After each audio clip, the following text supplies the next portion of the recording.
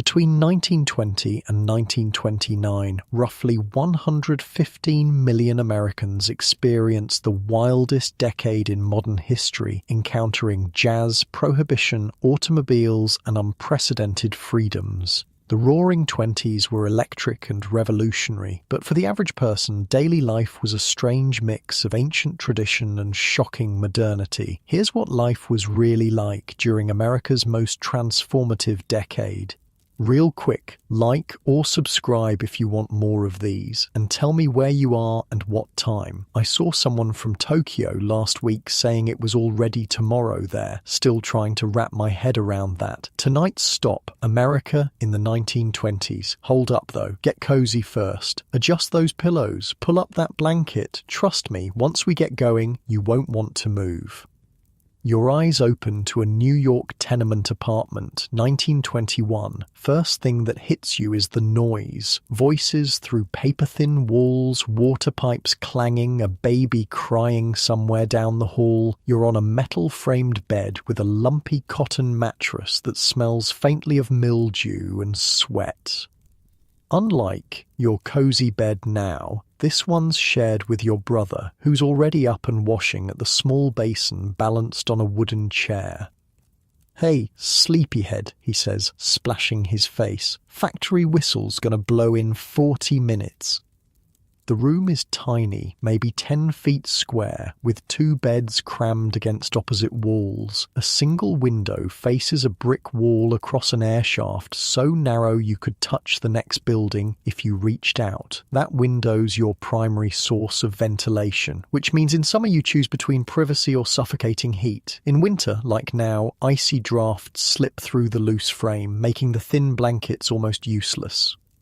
You know that feeling when your alarm goes off but your bed's so warm you can't bear to leave it? Multiply that by 1,000. It's January in New York and the only heat comes from a coal stove in the main room that your mother's already firing up. You can hear her coughing from the coal dust.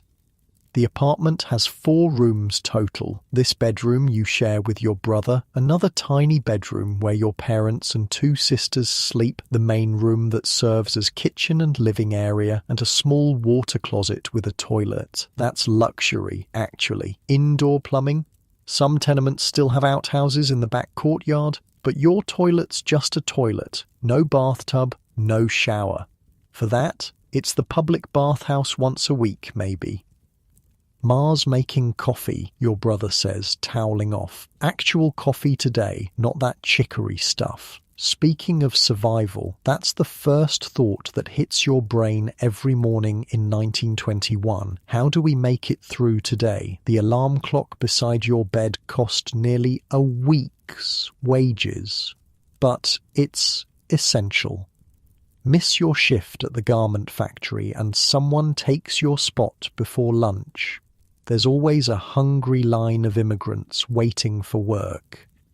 I spent way too long researching tenement housing layouts for this. Did you know some didn't even have windows except in the front room? Actual death traps where people lived for decades. Your stomach growls as you swing your legs over the side of the bed. The wooden floor is ice cold against your bare feet. In your modern bed right now, you might have a carpet beside you, warm socks, maybe slippers waiting. Here it's bare boards and the shock of cold that finishes waking you up.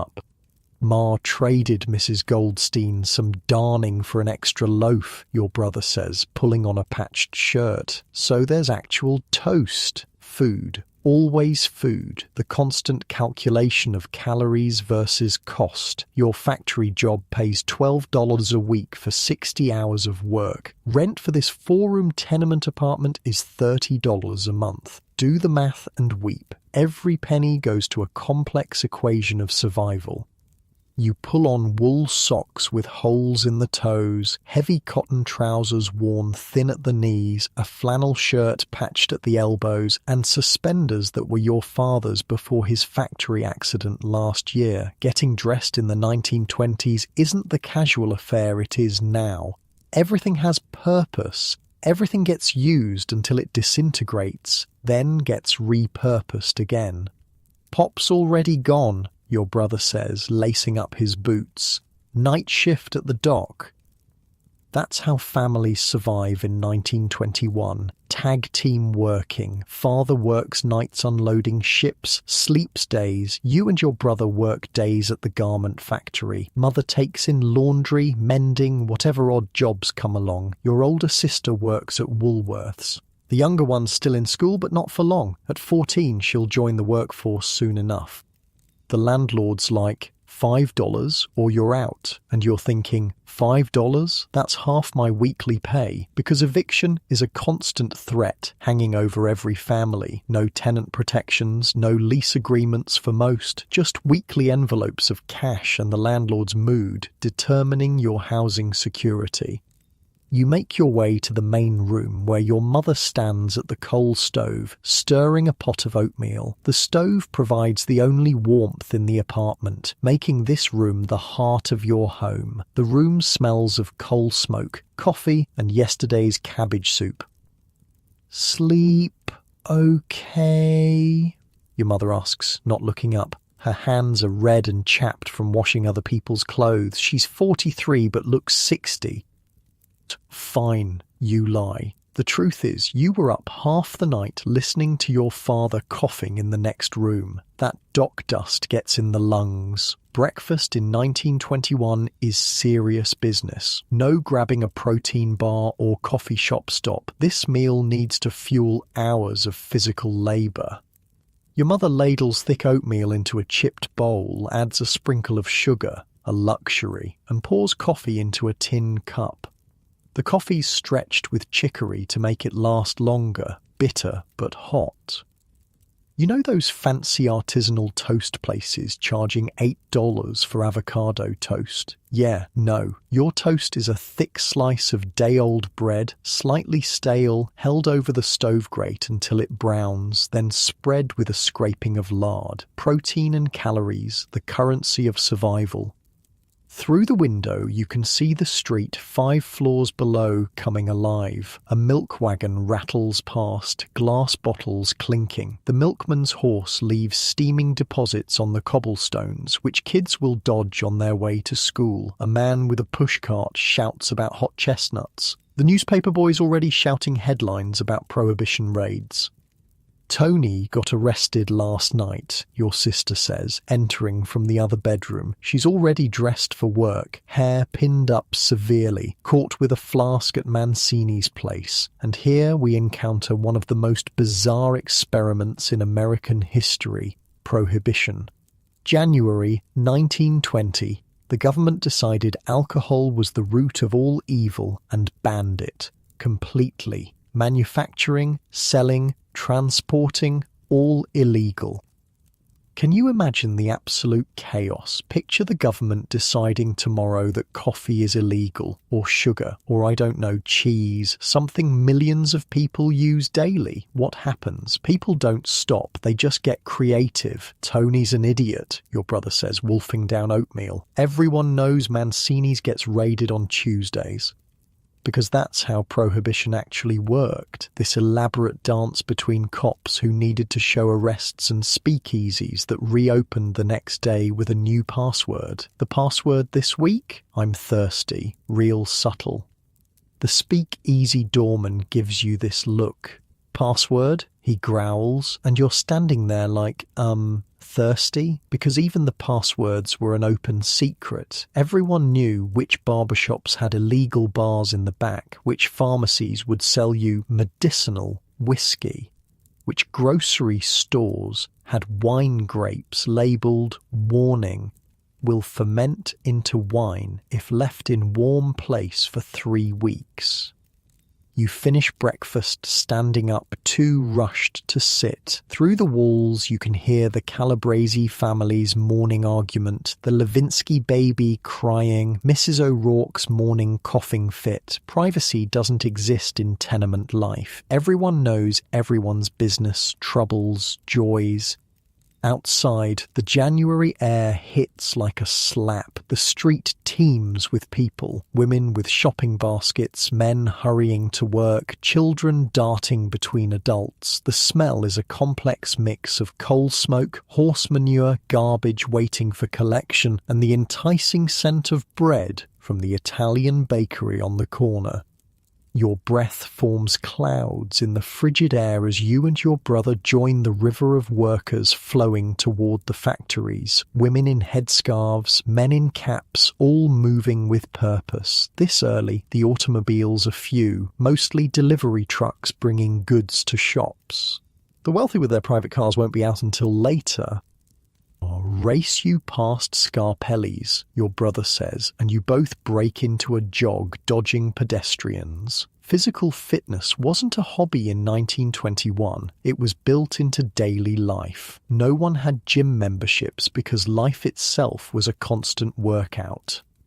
Past the butcher shop with its window display of cuts most modern Americans wouldn't recognize, past the greengrocer where your mother will haggle over bruised vegetables later, past Mrs. Finkelstein who runs the notion shop where your sister buys thread to mend everything endlessly.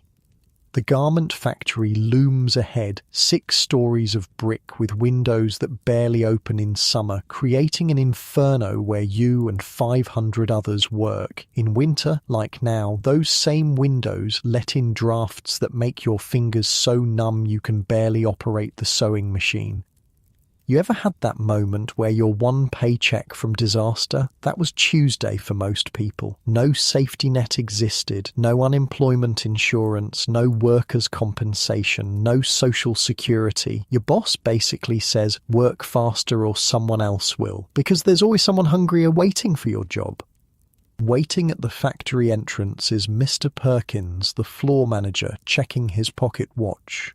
2 minutes to whistle, he says, nodding as you pass. Being late means docked pay or worse. Inside, the factory floor stretches vast and already humming. Rows of sewing machines, pressing stations, cutting tables. The air's thick with fabric dust, steam and the smell of machine oil. Your lungs will feel it by day's end. The workers are a United Nations assembly, Italian, Jewish, Irish, Polish, Greek, first and second generation immigrants building America stitch by stitch. English mixes with a dozen other languages in a constant babble beneath the machine noise. You take your station at the sewing machine as the starting whistle blasts. For the next 12 hours you'll feed fabric through the machine, creating men's shirts sold in fancy department stores for more money than you make in days. Your back will ache, your eyes will strain, your hands will cramp. The woman beside you, Mrs. Levin, nods hello. She's 60 if she's a day, fingers permanently curved from decades at the machine. Mercedes engaged, she tells you during a brief lull. To a dentist, the pride in her voice tells the whole immigrant story. First generation suffers, so the second can rise.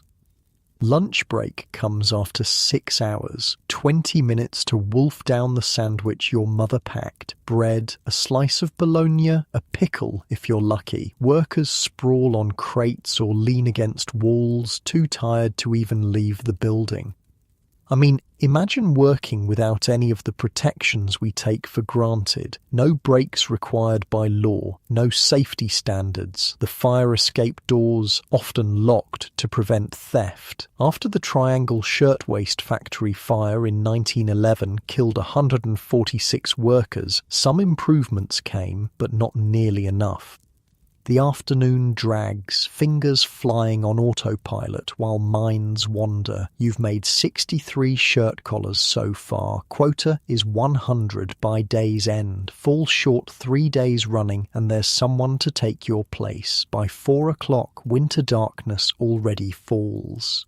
The gas lights flicker on, making precision work even harder. Outside the grimy windows, snow begins to fall, adding another worry. Bad weather means streetcar delays, icy sidewalks, wet feet leading to colds you can't afford. The cop on the corner looks at your flask and goes, "I didn't see nothing," because even they knew prohibition was a joke. The police had an impossible job enforcing a law nobody wanted, leading to the first modern era of widespread corruption. Badge by day, speakeasy customer by night.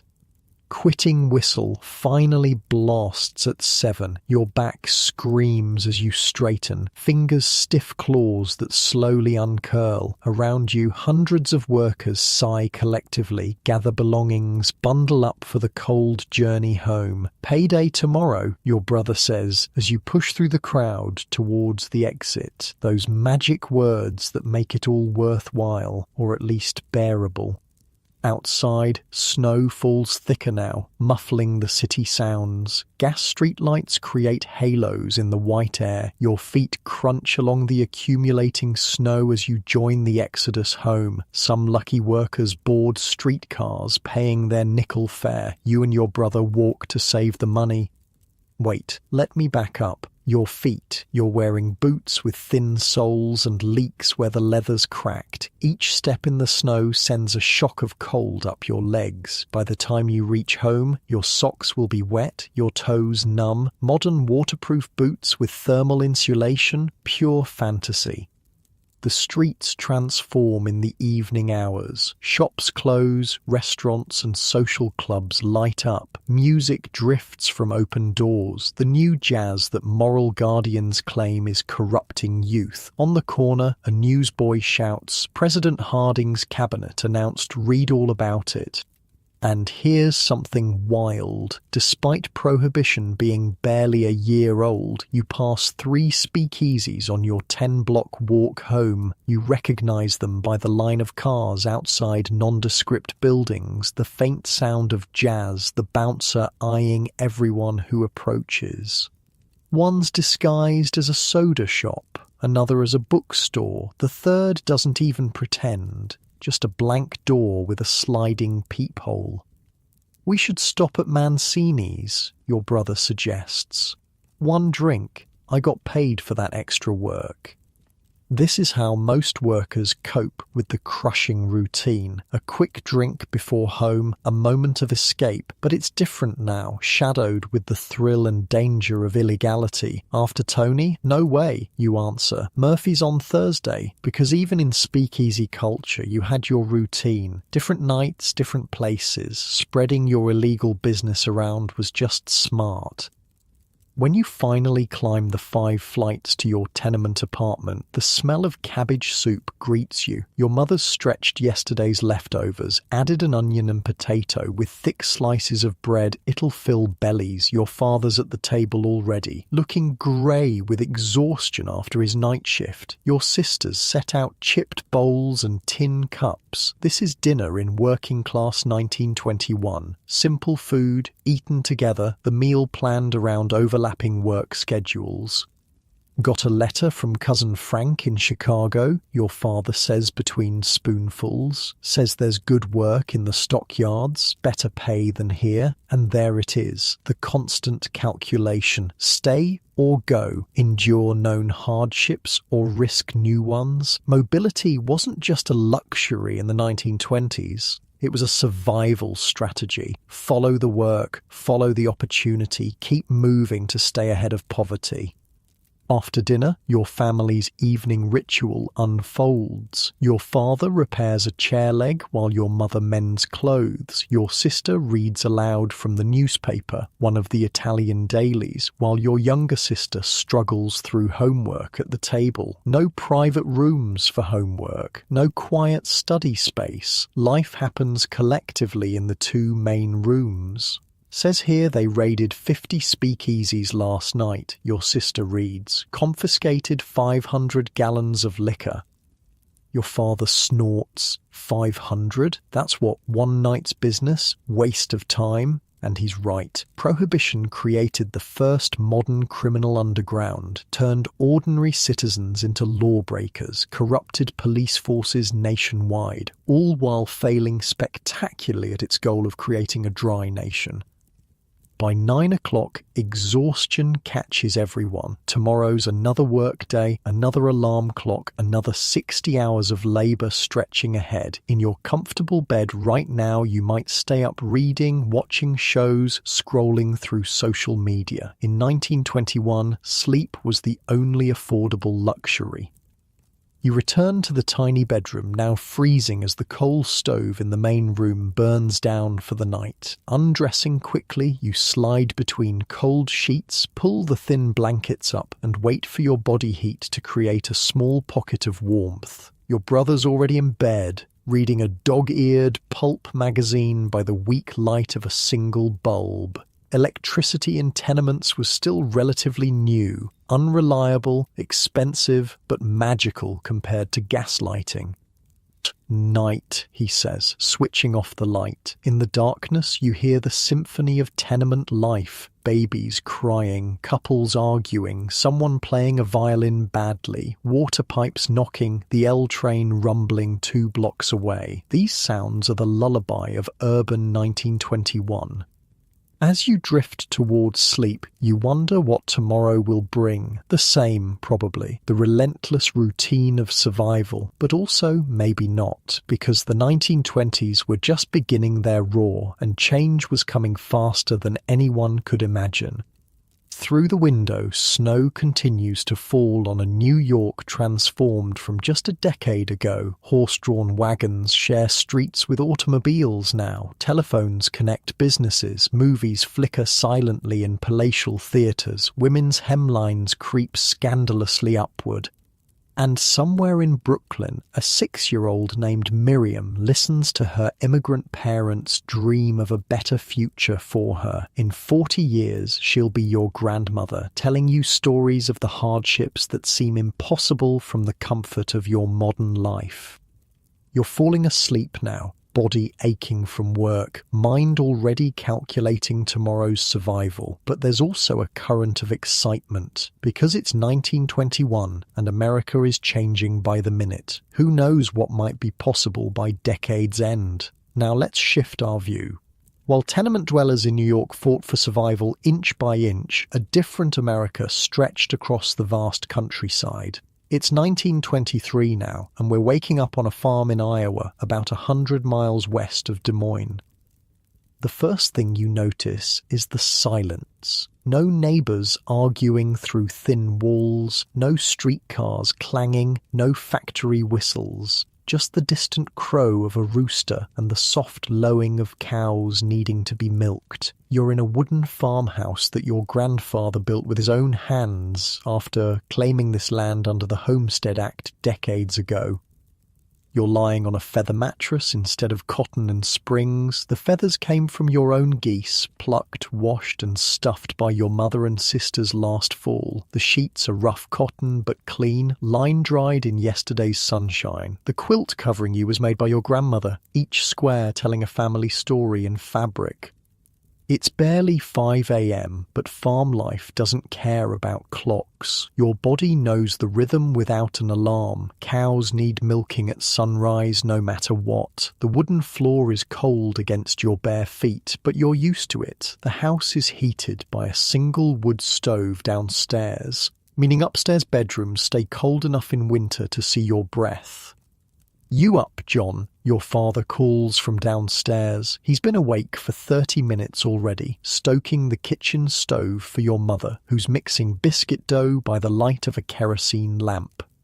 "Coming, Pa," you answer, pulling on denim overalls over your long underwear. No shower this morning, or any morning. The farmhouse has no indoor plumbing. There's an outhouse 50 yards behind the kitchen, and a pump at the kitchen sink that brings up cold water from the well. For washing, you splash your face and hands with water from the ceramic basin on your dresser, water that froze a thin skin of ice overnight. Breakfast on a 1923 farm is no quick affair. You need serious calories for the work ahead. Your mother has already cooked a skillet of salt pork, its fat used to season the cast iron pan now full of scrambled eggs from your own chickens. Biscuits bake in the oven. Coffee boils in an enamel pot strong enough to stand a spoon in.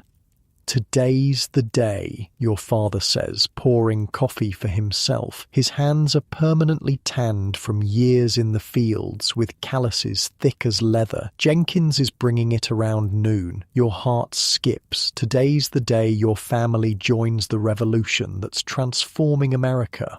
automobile ownership.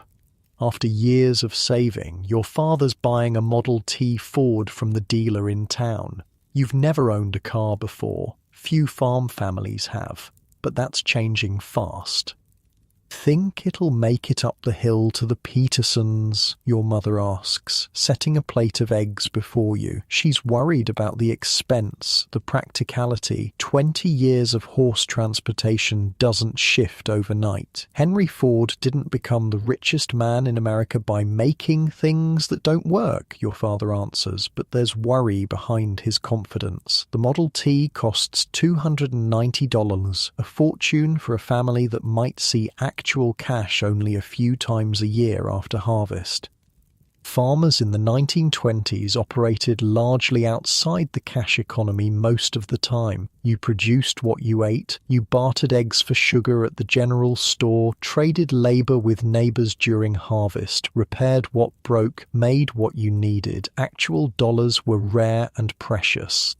After breakfast, you head to the barn with your father and younger brother. The daily chores wait for no one, car delivery or not. The barn smells of hay, manure, and the sweet breath of cows. 6 dairy cows need milking, the horses need feeding, the pigs need slop. Your hands move automatically, squeezing rhythmically as warm milk hisses into the metal bucket. "Pa, can I drive it first?" your brother asks, fork deep in soiled straw. Your father laughs. "Nobody's driving but me till I figure it out. That thing cost more than the South Field." I spent hours researching early car ownership, and the learning curve was brutal. No driver's education, no licensing requirements in most rural areas, just a complicated machine, some basic instructions, and a lot of trial and error. The manual for a 1923 Model T included helpful tips like, to stop the car, first pull the gas lever back to neutral, then apply the brake. Do not become frightened and jump out. The morning passes in the rhythm of chores as old as farming itself. Milk the cows, separate cream, feed livestock, gather eggs, repair fences, check crops. The work of survival never ends, but there's a strange comfort in its predictability. By 11, you've changed into your town clothes. Not fancy, but clean overalls and a collar shirt without manure stains. Your mother's put on her good dress, the blue one saved for church and special occasions. Even your father's combed his hair and put on a freshly ironed shirt. "Hear that?" your brother says, running in from the porch. "It's coming!" And then you hear it, the unmistakable put-put-put of a Model T engine labouring up the dirt road to your farm, the sound of the modern world arriving at your door. Your whole family spills onto the porch, watching as a shiny black automobile bounces over the ruts of your lane. Mr. Jenkins from the dealership grins behind the wheel, dust coating him from the 12-mile drive from town. "She's a beauty, ain't she?" he calls, bringing the vehicle to a jerky stop in your yard. Chickens scatter in panic at this noisy intruder, and she is beautiful. Gleaming black metal, brass headlamps, a folding top for rain protection. The Model T isn't fancy by later standards. It's utilitarian, designed to handle the brutal rural roads with high clearance and a tough suspension. But to your family in 1923, it's nothing short of miraculous. "Can drive her anywhere," Mr. Jenkins says, patting the hood like a favourite horse. 15 horsepower, 20 miles per hour on good roads. 20 miles per hour. The math transforms your world instantly. The trip to town, 12 miles that takes half a day by horse and wagon, suddenly shrinks to maybe 40 minutes. The county seat, previously a full-day journey, becomes a morning trip. Mr. Jenkins pops the hood to show your father the engine. Now starting her takes some practice. Got the hand crank here in front. Choke here, timing advance here. Too much choke, she'll flood. Not enough, won't catch. Timing too advanced, she'll kick back and break your arm. Wait, what? Yeah, starting early cars was legitimately dangerous. The hand crank could snap back and break bones if the timing was wrong. Emergency rooms of the 1920s were full of what doctors called Ford fractures, broken arms, wrists and thumbs from car cranks kicking back. Your father nods seriously, absorbing every word. This is the most complicated piece of technology your family has ever owned. More complex than the cream separator, more expensive than anything but the farm itself. Now, driving her's simple enough, Jenkins continues. 3 pedals on the floor. Left is clutch, press down for low gear, release halfway for high gear. Middle is reverse, right is brake. Your father looks concerned. Middle is reverse, not the left, Jenkins laughs. Ford's got his own way of doing things, different from other makers. You'll get used to it. And that was actually true. Early cars had zero standardization. Pedal arrangements, shifting patterns, even which side of the road to drive on wasn't fully settled in all states yet. Learning to drive one car didn't necessarily prepare you for another. After more instructions, Jenkins has your father sit behind the wheel. Turn the key, set the gas lever here, set the spark advance here, now come around front and give her a crank. Your father follows directions, moves to the front, grips the crank and gives it a mighty swing. Nothing happens. Another swing. Nothing. Bit more choke, Jenkins suggests. Third try, the engine catches with a roar and a belch of smoke that sends your mother's chickens running for their lives. Your father rushes back to the driver's seat, where Jenkins walks him through the pedals again. "Ready for a spin?" Jenkins asks. Your father nods, face set in concentration. The car lurches forward with a jerk, stalls, starts again, jerks forward, picks up speed. Your father's face transforms from worry to wonder as the automobile begins moving smoothly around the farmyard. "Want to take her on the road?" Jenkins calls above the engine noise. Your father nods, and the Model T bounces down the lane toward the country road, your father gripping the wheel like it might fly away. You and your brother chase after on foot, whooping with excitement. From your porch, the car disappears around the bend, but you can hear the engine echoing across the cornfields. 10 minutes later, it reappears, your father now smiling broadly behind the wheel. The future has arrived at your farm and nothing will ever be the same. After Jenkins leaves, driven home by your father, who'll return with the car alone, his first solo drive, the family crowds around the Model T like it's a spacecraft. Your mother touches the leather seat cautiously. "Imagine getting to town in under an hour," she says softly, and you can see her calculating all the ways this changes her life. The isolation of farm women was profound before cars. Visits to town might happen once a month at most, church on Sundays if weather permitted. Otherwise, the farm was your world. "I can drive to the Peterson place in minutes," your father says, already planning. "Borrow that new seed drill without losing a whole day to travel." Your brother crawls underneath, examining the axles and suspension. "How fast do you think it really goes, Pa?" "We'll find out tomorrow," your father promises. "First I need to figure out how to drive the darn thing properly." And figure it out he does, though not without incident. That first month of car ownership brings new vocabulary into your family's life. Words like carburetor, distributor, and flat tire become regular topics at the dinner table. There's the memorable afternoon your father drives into the yard too fast and sideswipes the water trough, denting the fender. There's the Sunday your whole family dresses for church, piles into the car, and makes it exactly 2 miles before a tire blows out. Your father changes it in his good suit, sweating and swearing under his breath while your mother pretends not to hear. The new car dealer looks at the flat tire and goes, "Yup, that'll be $4. And your father's thinking, $4? That's 3 days' wages for a farmhand, because the ongoing costs of car ownership shocked many first-time buyers. It wasn't just the purchase price. It was tires, gasoline, oil, repairs, a whole new category of expenses for families who previously fed their transportation with hay they grew themselves. But there are glorious moments too. The first time your family drives to town for supplies and makes the round trip in a single morning instead of a full day. The Sunday you drive 20 miles to visit cousins you previously saw only at Christmas because of the travel difficulty. The night your mother goes into town for a women's club meeting and comes home after dark, something impossible in the horse and buggy days. The car changes everything. Suddenly your map expands. The farm is no longer an island in a sea of distance. Town becomes an easy destination, not a journey requiring planning. Neighbours 5 miles away become people you can visit on a whim.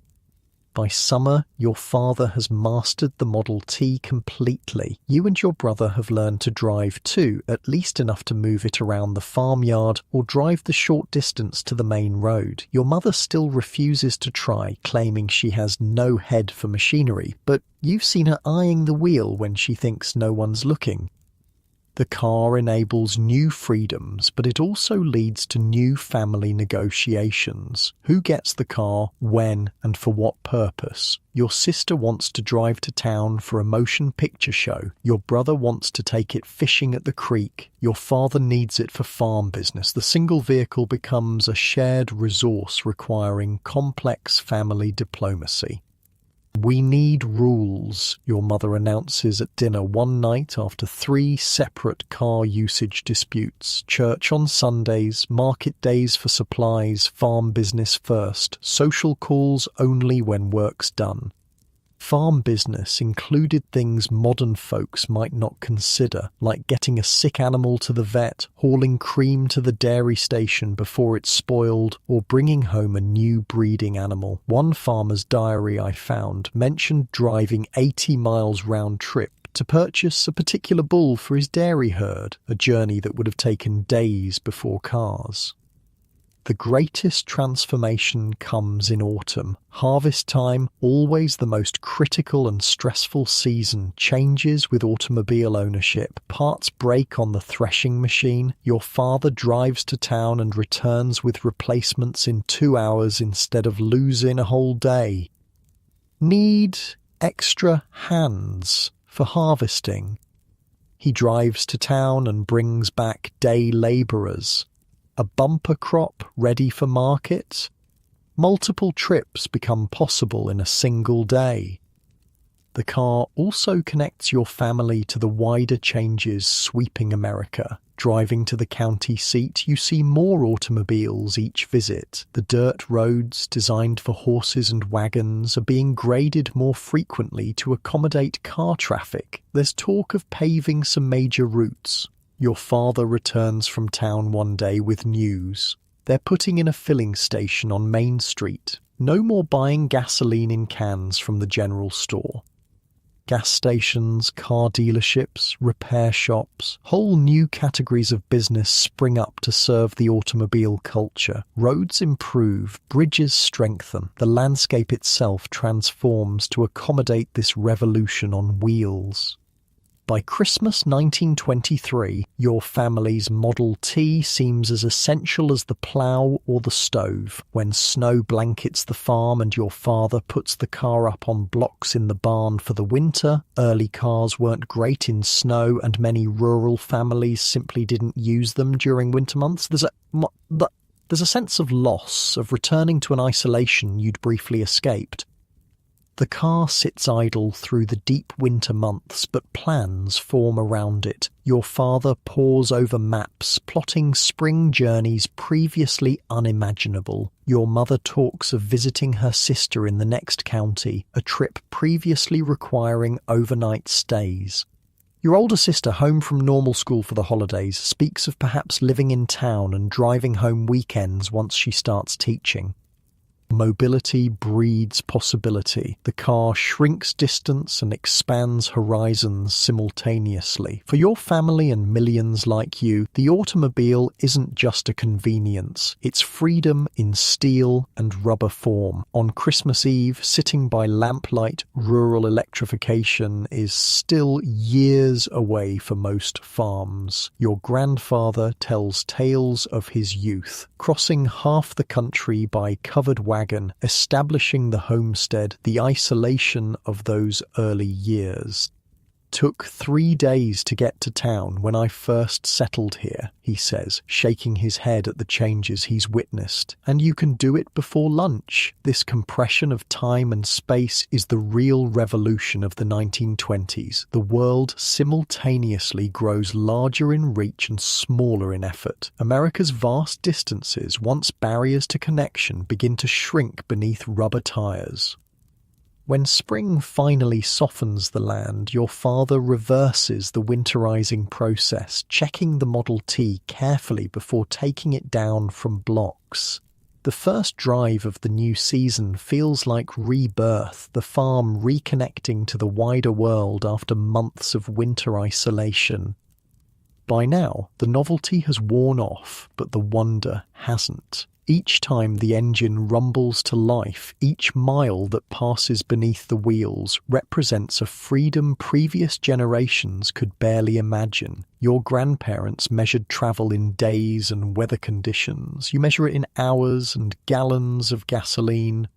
And as your family's Model T bounces down country roads, it joins a growing river of vehicles, transforming America mile by mile. By decade's end, the country will have more than 23 million registered automobiles, 1 for every 5 Americans. The nation itself is being rewired around this invention, its geography rewritten in routes accessible by car.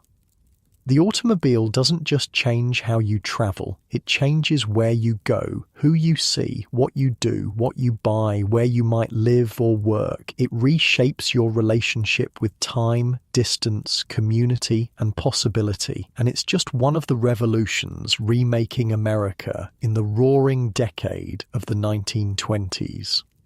It's 1925 now, and we're in Millerville, a small town of about 2,500 souls, nestled between rolling hills in western Pennsylvania. Not a big city like New York, not isolated farmland like Iowa, but something in between, the quintessential American small town where modern life and traditional values collide in fascinating ways.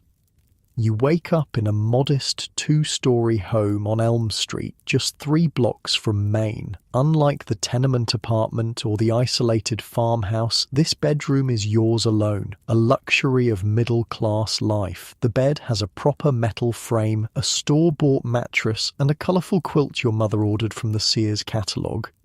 Morning light filters through cotton curtains as you stretch beneath warm blankets. Outside your window, you can hear birds chirping, the occasional automobile puttering past, and the distant whistle of the 7:15 train arriving at the station. The house smells of coffee and bacon. Unlike city dwellers crammed in tenements or farmers isolated on distant homesteads, your family represents the growing American middle class. Not wealthy, but comfortable. Your father works as the manager at the town's hardware store. Your mother, unusually for married women in 1925, keeps the books for the same business.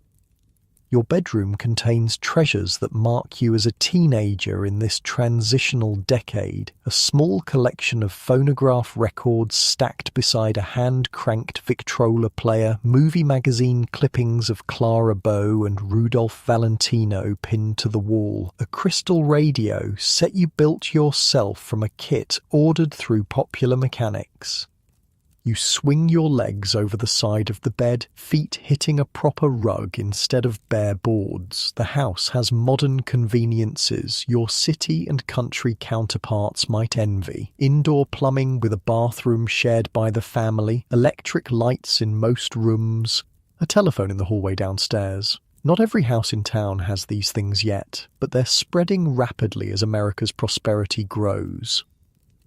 Sarah, breakfast, your mother calls from downstairs. You can hear the radio playing in the kitchen, a morning news program from Pittsburgh, the announcer's voice slightly tinny but clearly audible. The radio, not the automobile, sits at the heart of your family's modern life.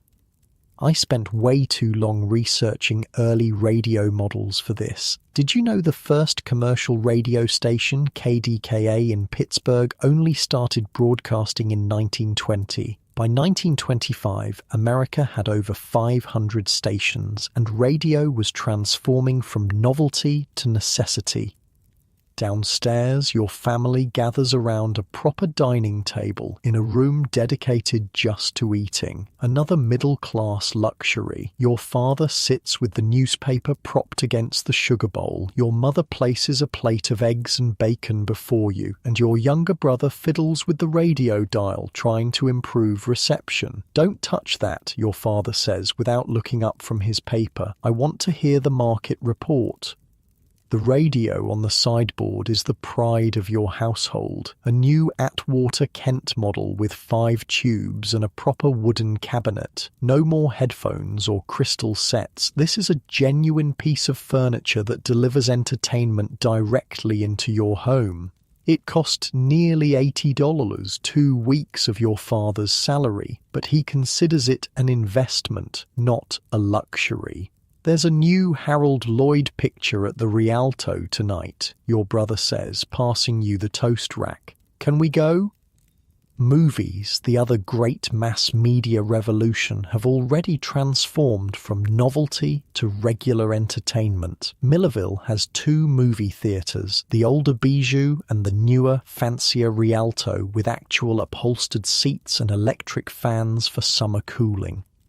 "Test scores first," your mother answers, but her tone suggests permission is likely. Unlike earlier generations, your parents view commercial entertainment as normal, even beneficial. The motion picture industry has worked hard to shed its slightly disreputable early image, promoting films as educational and wholesome family entertainment. Your father lowers his paper. "Says here Coolidge is speaking on the radio tonight. National hookup." He says this with genuine wonder. The president's voice coming directly into your living room. The miracle hasn't grown stale yet. So for context, President Coolidge was nicknamed Silent Cal because he was so reserved. But even this quiet president embraced radio immediately. Like most politicians, he recognized its power to bypass newspapers and speak directly to voters. Radio made national politics immediate and personal in ways print never could. After breakfast, you head downtown with your brother to run errands before school. Main Street bustles with morning activity. Mr. Peterson unlocking his pharmacy, Mrs. Winters sweeping the sidewalk in front of her millinery shop, the mailman delivering packages to the general store. Unlike the anonymous city or the isolated farm, small-town life means being known. "Morning, Sarah," calls Mr. Peterson. "Tell your mother her headache powder came in." 3 people greet you by name before you reach the corner. This interconnectedness defines small-town existence, comforting or stifling, depending on your perspective. You pass the Rialto Theatre, where the marquee indeed advertises Harold Lloyd in The Freshman. A colourful poster shows the bespectacled comedian hanging from a clock face. Movie marketing is sophisticated already, with nationwide advertising campaigns, fan magazines, and merchandise. The movie star system is in full flower, creating the first modern celebrities known as intimately as family members, despite never being met in person. "Think Clara Bow will ever come to Millerville?" your brother asks, staring at another poster showing the famous It Girl in a revealing costume. "Dream on," you laugh. Small towns might get the same movies as big cities, but actual movie stars exist in another universe. At the newsstand, you spend your allowance on the latest issue of Photoplay, a movie magazine promising exclusive interviews with the stars. Inside are glossy photos of the famous faces you and millions of other Americans collectively adore: Chaplin, Fairbanks, Pickford, Swanson. Their hairstyles will be copied, their clothing imitated, their romances analysed by people who've never been to Hollywood and never will go. The theatre manager passes by, tips his hat. "Coming tonight? Lloyd's a scream in this one." "Hope to, Mr. Daniels," you answer, "if homework allows." He winks. "Special display in the lobby. Actual football from the movie. Studio sent it as promotion." This national marketing for local consumption represents the new media landscape. Products, promotions, and publicity flow from centres of production to the smallest towns, creating shared cultural touchstones. A joke told in a Harold Lloyd film will be repeated in schoolyards from Maine to California. Americans increasingly laugh at the same things, cry at the same stories, worry about the same news. School occupies the middle of your day, a consolidated high school serving Millerville and surrounding farms. Unlike your parents' one-room schoolhouse education, yours features specialized teachers, a science laboratory, even a small gymnasium. Education is changing too, becoming more standardized across America as mass media and improved transportation connect previously isolated systems. But it's after school that the real center of teenage social life in 1925 emerges: Miller's drugstore, with its soda fountain, booths, and most importantly, its Victrola player. Miller's is where Millerville's youth gather to socialize in ways their parents never experienced. 2 cherry phosphates, your friend Helen orders at the counter. The soda jerk, a college boy home for the summer, nods knowingly. "Heard the new Armstrong record?" he asks, gesturing to the stack of records beside the Victrola. "Hot stuff. The store has a commercial arrangement with Victor Records. They sell records, but also play them as promotion. For the price of a soda, teens can listen to the latest jazz and dance music, much to the concern of some parents who view jazz as dangerously sensual and modern. My dad says jazz is causing moral decay," Helen sighs, rolling her eyes. "Put it on." The music that fills the drugstore would shock earlier generations with its syncopated rhythms and improvisational style, but to you and your friends, it's simply the soundtrack of youth. Louis Armstrong's trumpet soars above the scratchy recording, creating a sound unlike anything your parents grew up hearing. Teenage culture in the 1920s was becoming distinct for the first time, shaped by commercial entertainment rather than traditional community values. Parents worried while teenagers embraced new music, new dances, new fashions spread by mass media. "Did you hear last night's Collier's Hour?" asks Edward, sliding into your booth uninvited. "They had that detective story writer, what's his name? Dashiell Hammett," supplies Helen, who devours detective stories. Radio created shared national experiences impossible in previous eras. The next day after a popular program, Americans everywhere discussed the same episodes, quoted the same lines, laughed at the same jokes. Regional isolation began dissolving in a sea of standardized entertainment. "My folks got a new radiola," Edward boasts. 6 tubes. Dad let me stay up for the fight broadcast from New York. Heard Dempsey get knocked out in real time. Sports broadcasting nationalized athletics, turning local teams into national obsessions and athletes into celebrities. Before radio, you might read about a boxing match the next day. Now you could hear it as it happened, the announcer's excitement making you feel present at events occurring hundreds of miles away. The soda jerk changes the record, putting on a Paul Whiteman dance tune. "Anyone going to the dance at the Grange Saturday?" he asks.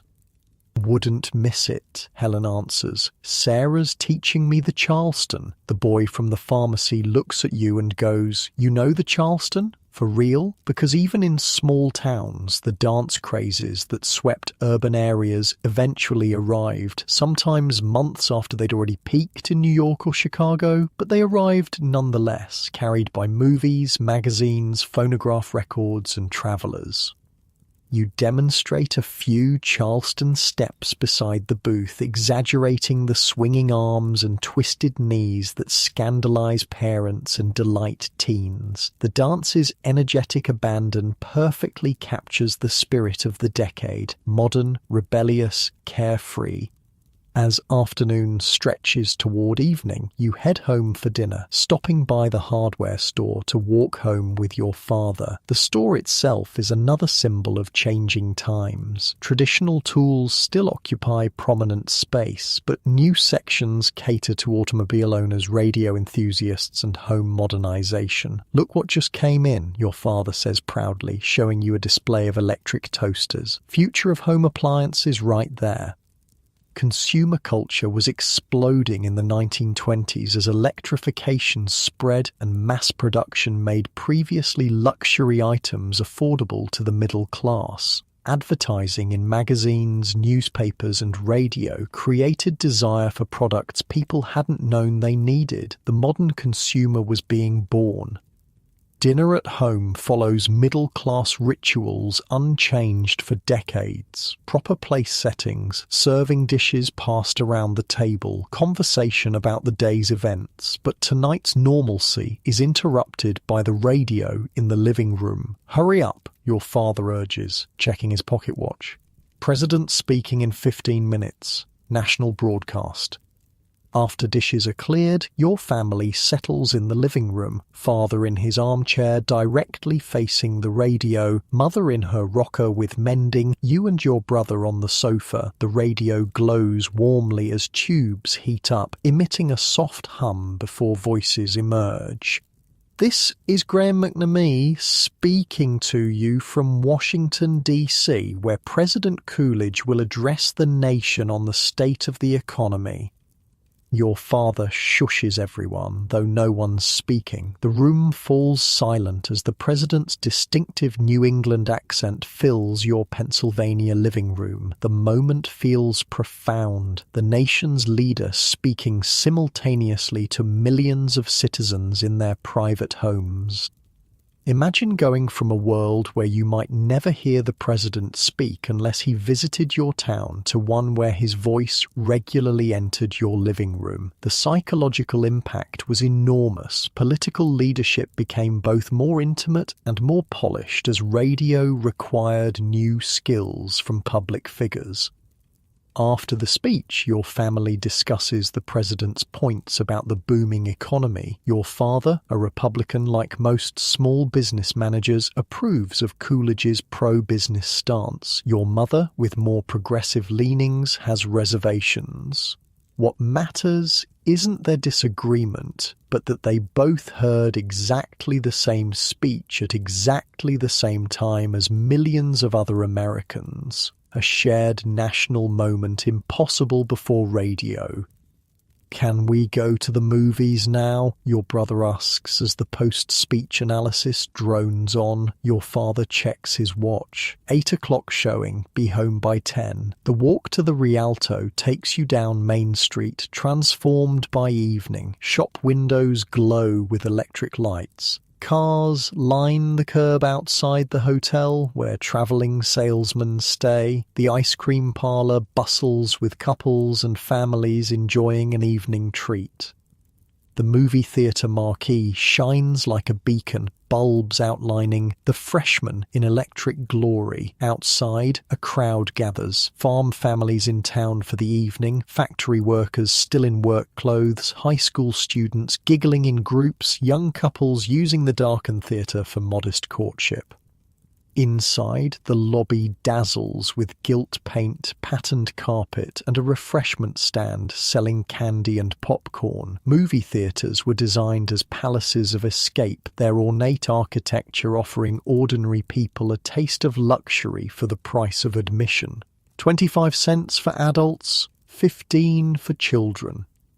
The football from the film sits in a glass case surrounded by promotional stills showing Harold Lloyd in various comic predicaments. A cardboard cutout of the star grins manically as patrons pose beside it for fun. 2, please, you tell the ticket seller, sliding coins across the counter. Your weekly allowance disappears, but the expense seems worthwhile for 2 hours of entertainment more elaborate than anything previous generations could imagine. The theatre interior impresses with red velvet curtains covering the screen, painted ceiling murals depicting classical scenes, and even small electric lights lining the aisles. No modern multiplex can match the opulent movie palaces of the 1920s, designed to transport ordinary people into worlds of fantasy before the film even began. As the lights dim, an organist begins playing at the theatre's prized Wurlitzer. Unlike metropolitan movie palaces with full orchestras, small-town theatres may do with a single musician. Still, the organ's rich tones fill the space, setting the mood for entertainment. First comes a newsreel showing world events, the Prince of Wales touring Africa, floods in Mississippi, a fashion show in Paris. For many in the audience, especially from outlying farms, these newsreels provide their only visual connection to world events. Before television, this was video journalism, powerfully immediate compared to newspaper accounts. Next, a cartoon featuring Felix the cat bounces across the screen, eliciting laughs from children and adults alike. Animation was already sophisticated by 1925, with established characters and consistent styles that audiences recognized and anticipated. Finally, the main feature begins. Silent, of course. The jazz singer with synchronized sound is still 2 years away. Title cards provide dialogue and narration, but the storytelling is primarily visual, relying on exaggerated expressions and physical comedy that requires no translation. The audience reacts as one, laughing, gasping, occasionally applauding particularly impressive stunts. This collective experience represents another way mass media united Americans. Millions would see this exact film, react to the same moments, discuss the same scenes afterward. You lose yourself in the story, worries temporarily forgotten in the flickering images. This escapism is precisely what made movies so popular during economic hardship or social change. For the price of admission, anyone could step into different lives, different worlds.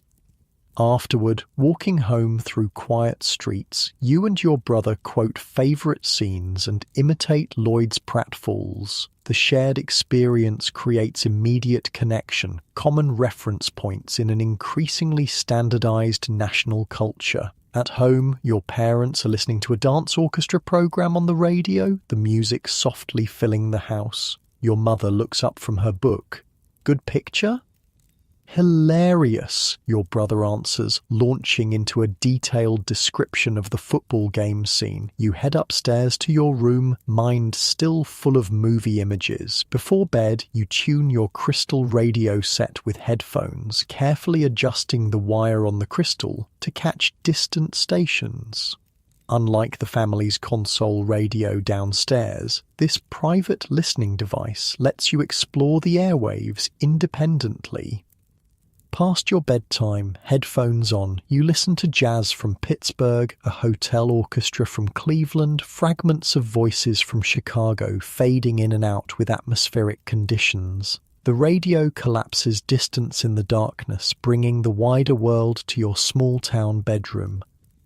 Lying in bed, you consider how different your life is from your parents' adolescence just 20 years earlier. They grew up in relative isolation, their entertainment locally produced, their horizons limited by physical distance. You inhabit a world where national media create shared experiences across thousands of miles, where movie stars and radio personalities feel like familiar friends, where cultural trends spread coast to coast in in weeks instead of years, or not at all.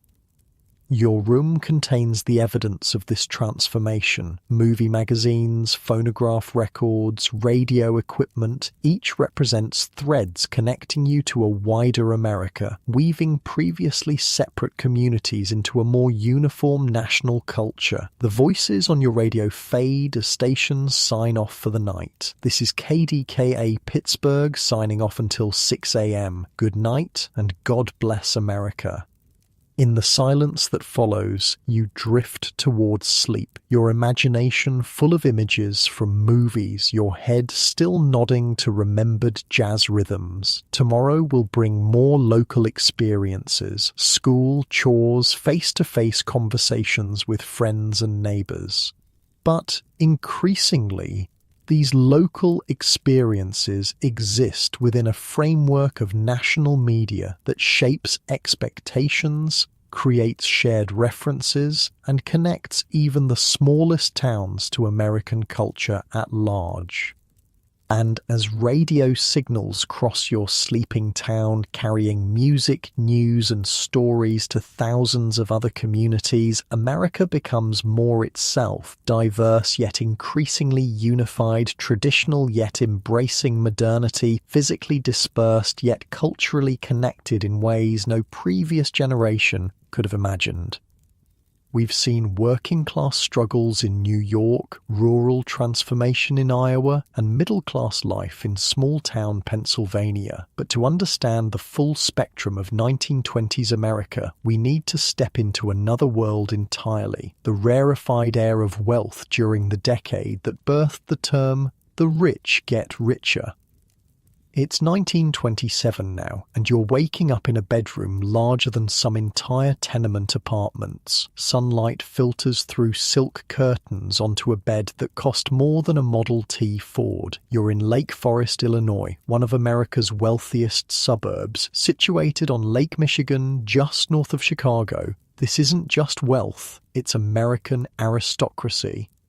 Your eyes open to a room designed by a prominent New York decorator. Hand-painted Chinese wallpaper covers walls hung with original oil paintings. A Persian carpet cushions your feet when you slide from the bed. The sheets are Egyptian cotton, changed daily by housemaids you rarely see. The room is warm despite the winter chill outside. Central heating, thermostatically controlled, keeps the entire 24-room mansion at a perfect 72 degrees. Through large windows, you can see snow dusting the formal gardens that stretch toward the lake. The grounds cover 12 acres, maintained by a staff of 6 gardeners year-round.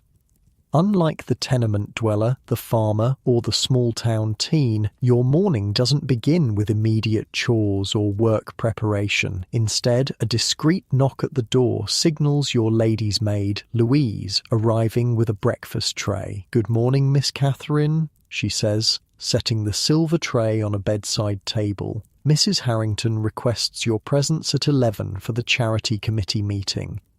You nod sleepily, reaching for the delicate porcelain cup filled with perfectly brewed coffee. Louise moves efficiently around the room, opening curtains wider, laying out clothes for the day, gathering yesterday's discarded silk stockings for laundering. "The blue Chanel or the green Patou for luncheon?" she asks, holding up 2 dresses that each cost more than 6 months' salary for most Americans. "The blue, I think," you answer. "His father at breakfast?" Mr. Harrington left for Chicago on the 7:30 train, Louise informs you. "He mentioned a board meeting at the bank. I spent hours researching how the ultra-wealthy lived in the 1920s. Think real-life Great Gatsby stuff. The income gap was staggering. The top 1% owned about 40% of all wealth, and they weren't shy about showing it."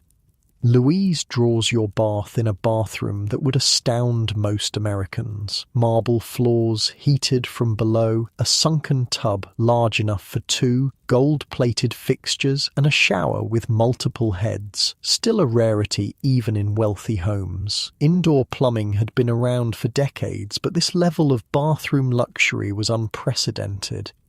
As you soak in scented water, you contemplate your day, charity committee in the morning, luncheon with mother's friends, tennis lesson if weather permits, the family has private indoor courts, then dinner with potential suitors your parents have approved. At 20, you're already slightly behind the marriage curve for your social set.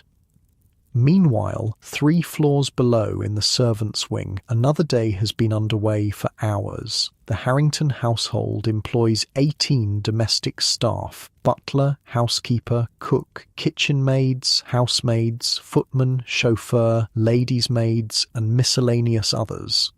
They rose before dawn to prepare the house and family for another day of conspicuous leisure.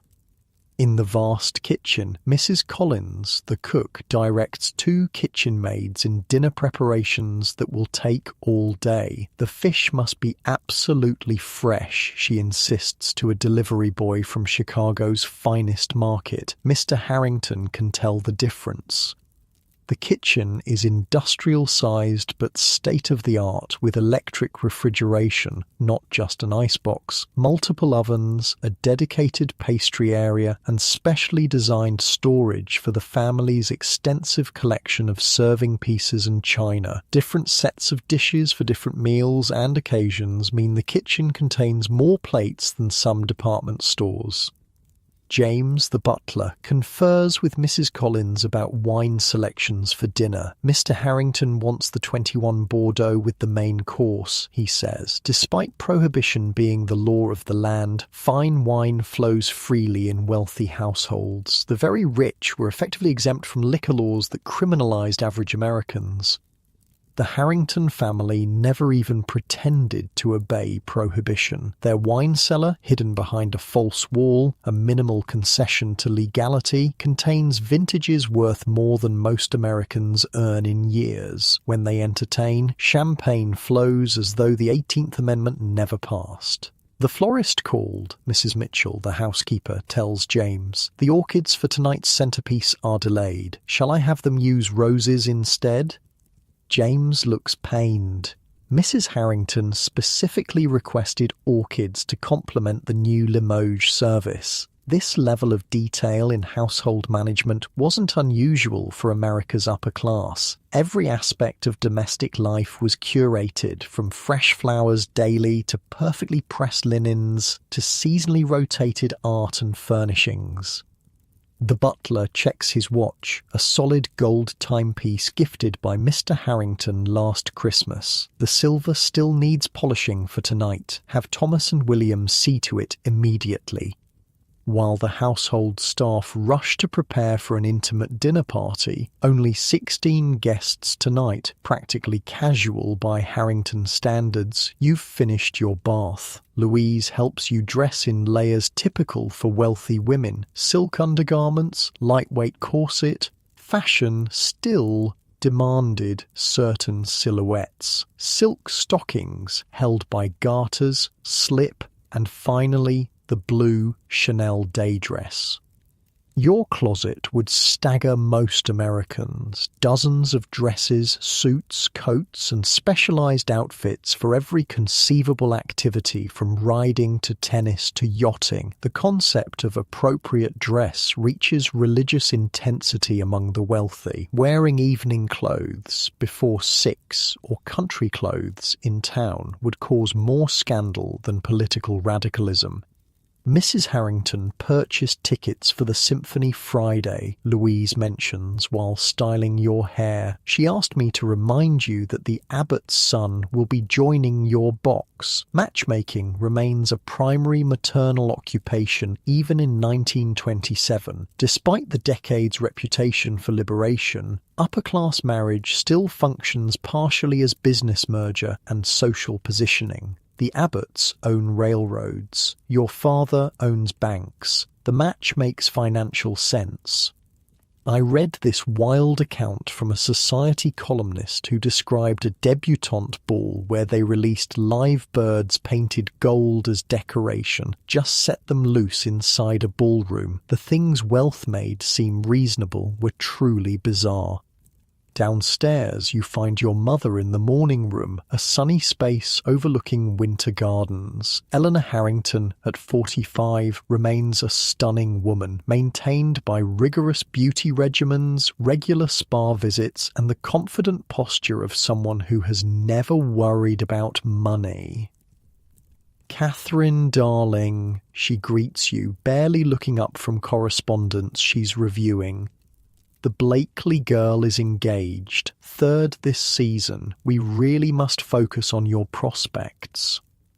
Your mother writes with a gold fountain pen on personalized stationery. Her morning activity includes answering invitations, directing household matters, and managing her extensive social obligations. Though she doesn't work in any traditional sense, her role maintaining family status through social connections is taken extremely seriously. "The charity committee meets at 11, she continues. "We're finalizing plans for the Children's Hospital benefit. I've committed us to purchasing 2 tables at $500 each." The irony of spending lavishly on charity events wasn't lost on everyone. One socialite supposedly said, "We spent $15,000 on a party to raise $10,000 for the poor, but the party was so lovely."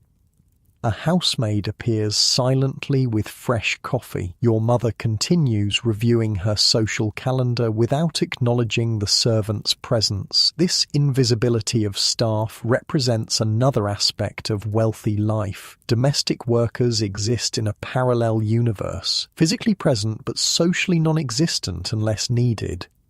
"The Morgans have invited us to Palm Beach next month," your mother says. "I've instructed Louise to begin packing your resort clothes. We'll take the private car on the 20th. The private car refers to the family's railroad car, attached to regular trains, but offering completely private accommodations. Commercial air travel barely exists in 1927, so wealthy families travel by private railcar, essentially mobile luxury apartments coupled to regular trains.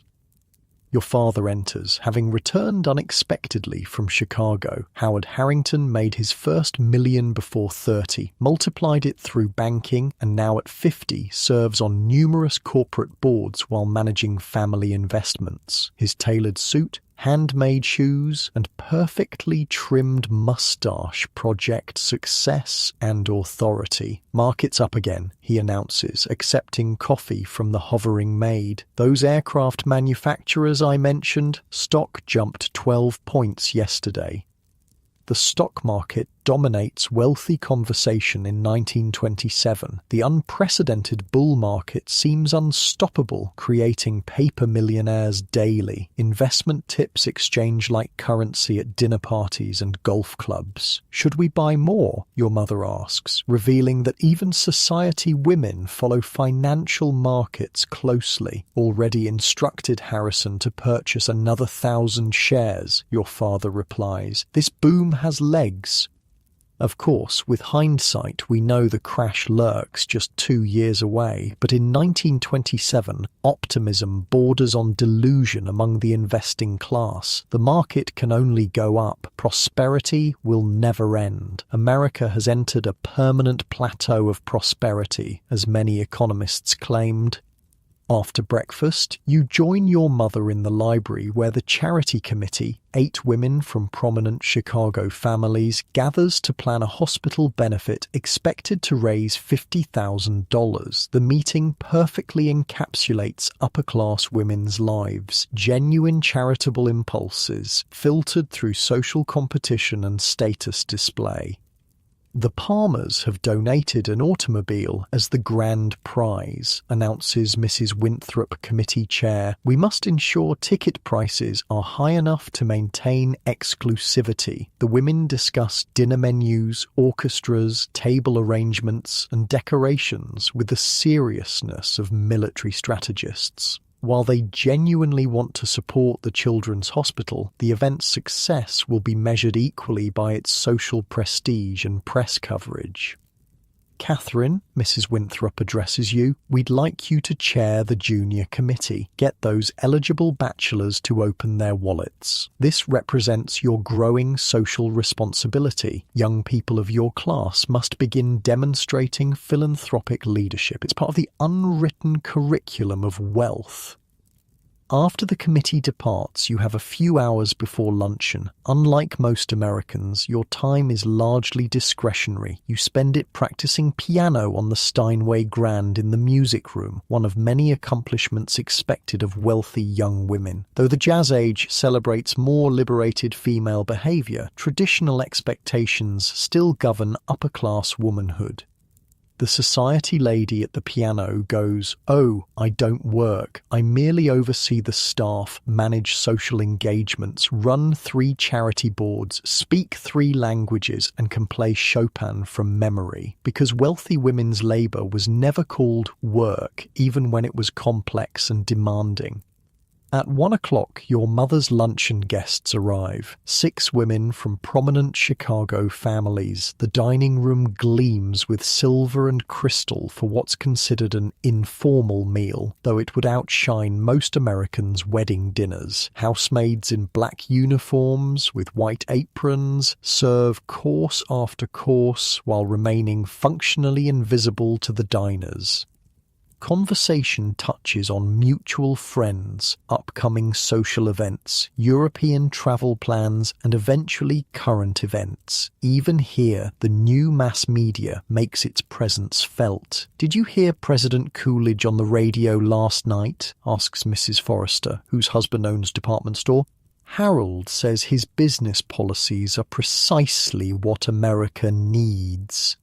"The Lindbergh flight is all anyone discusses in New York," contributes Mrs. Astor, recently returned from Manhattan. "They're planning a ticker tape parade when he returns." Charles Lindbergh's solo flight across the Atlantic in May 1927 represents another media milestone, the first global celebrity created entirely through mass communication. His handsome face appears everywhere, from newspapers to magazine covers to movie newsreels. The flight itself lasted 33 hours, but the media sensation continues months later. "Catherine, didn't you meet the Lindbergh boy at the Wetmore party last year?" your mother asks, creating a social connection to the news sensation.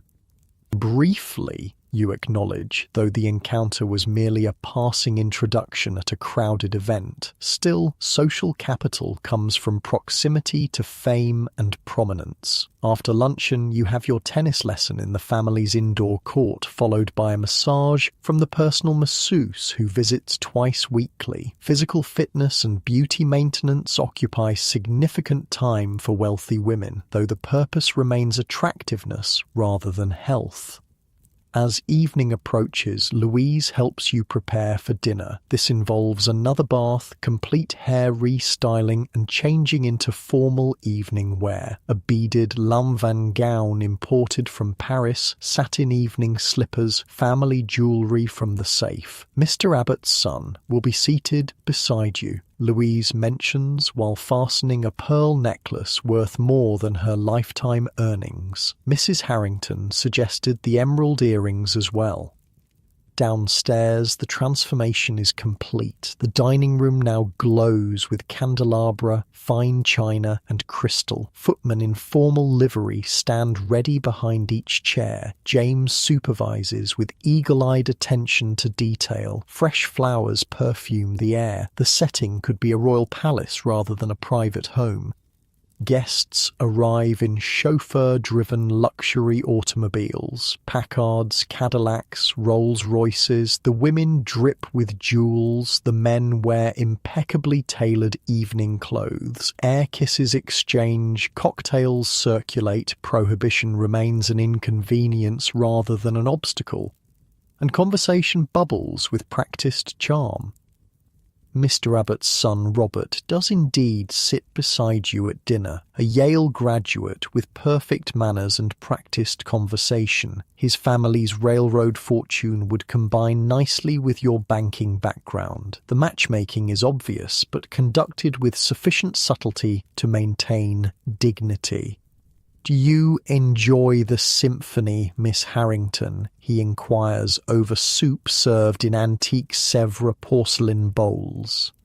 Particularly Debussy, you reply with appropriate cultural knowledge, though I found the Stravinsky piece last season quite stimulating. The dinner conversation floats through safe topics: music, theatre, travel, mutual acquaintances. Politics rarely intrudes in mixed company, though most present share conservative Republican views aligned with their financial interests. Labour unrest, immigration concerns, and prohibition enforcement affect their businesses but not their daily lives. Wine flows freely despite federal law, served from crystal decanters rather than original bottles, a minimal nod to illegality. The meal stretches to 7 courses, each more elaborate than the last, representing days of kitchen preparation for a 3-hour dining experience. After dinner, the men briefly separate for cigars and port while the women retire to the drawing room. This Victorian custom persists in upper-class households despite the decade's more relaxed social standards. When the groups rejoin, entertainment follows. A famous pianist has been engaged to play for the intimate gathering. By midnight, the party concludes. Chauffeurs return from their waiting positions to collect guests. You bid good night to Robert Abbott with appropriate restraint, though his invitation to join his family's box at the races next weekend suggests mutual interest. As the last guests depart, the household staff springs into action again. Despite the late hour, silver must be washed and counted, china returned to storage, linens laundered, floors cleaned. For the wealthy, the day ends with rest. For those who maintain their lifestyle, hours of work remain. In your room, Louise helps you undress, removing jewellery to the safe, hanging the beaded gown carefully, untangling your hair from diamond clips. The day's social performance complete, you can finally relax. Will there be anything else, Miss Catherine? Louise asks, folding your evening gloves. No thank you, Louise. Good night. Alone finally, you slip between fresh sheets changed during dinner. Your windows offer a view of Lake Michigan, moonlight silvering the winter waves. In the distance, Chicago glows with electric light, the city that generates your family's fortune. Before sleep claims you, you consider your position, privileged beyond most Americans' imagination, insulated from hardship by wealth accumulated across generations, expected to maintain and expand that privilege through strategic marriage and social compliance. The freedom of the Jazz Age touches even gilded cages, but expectations remain. And as you drift towards sleep in your mansion bedroom, other Americans do the same in tenements, farmhouses, and small-town homes. The single nation contains these parallel worlds, connected increasingly by mass media, but separated by wealth disparities that the Roaring Twenties has only widened.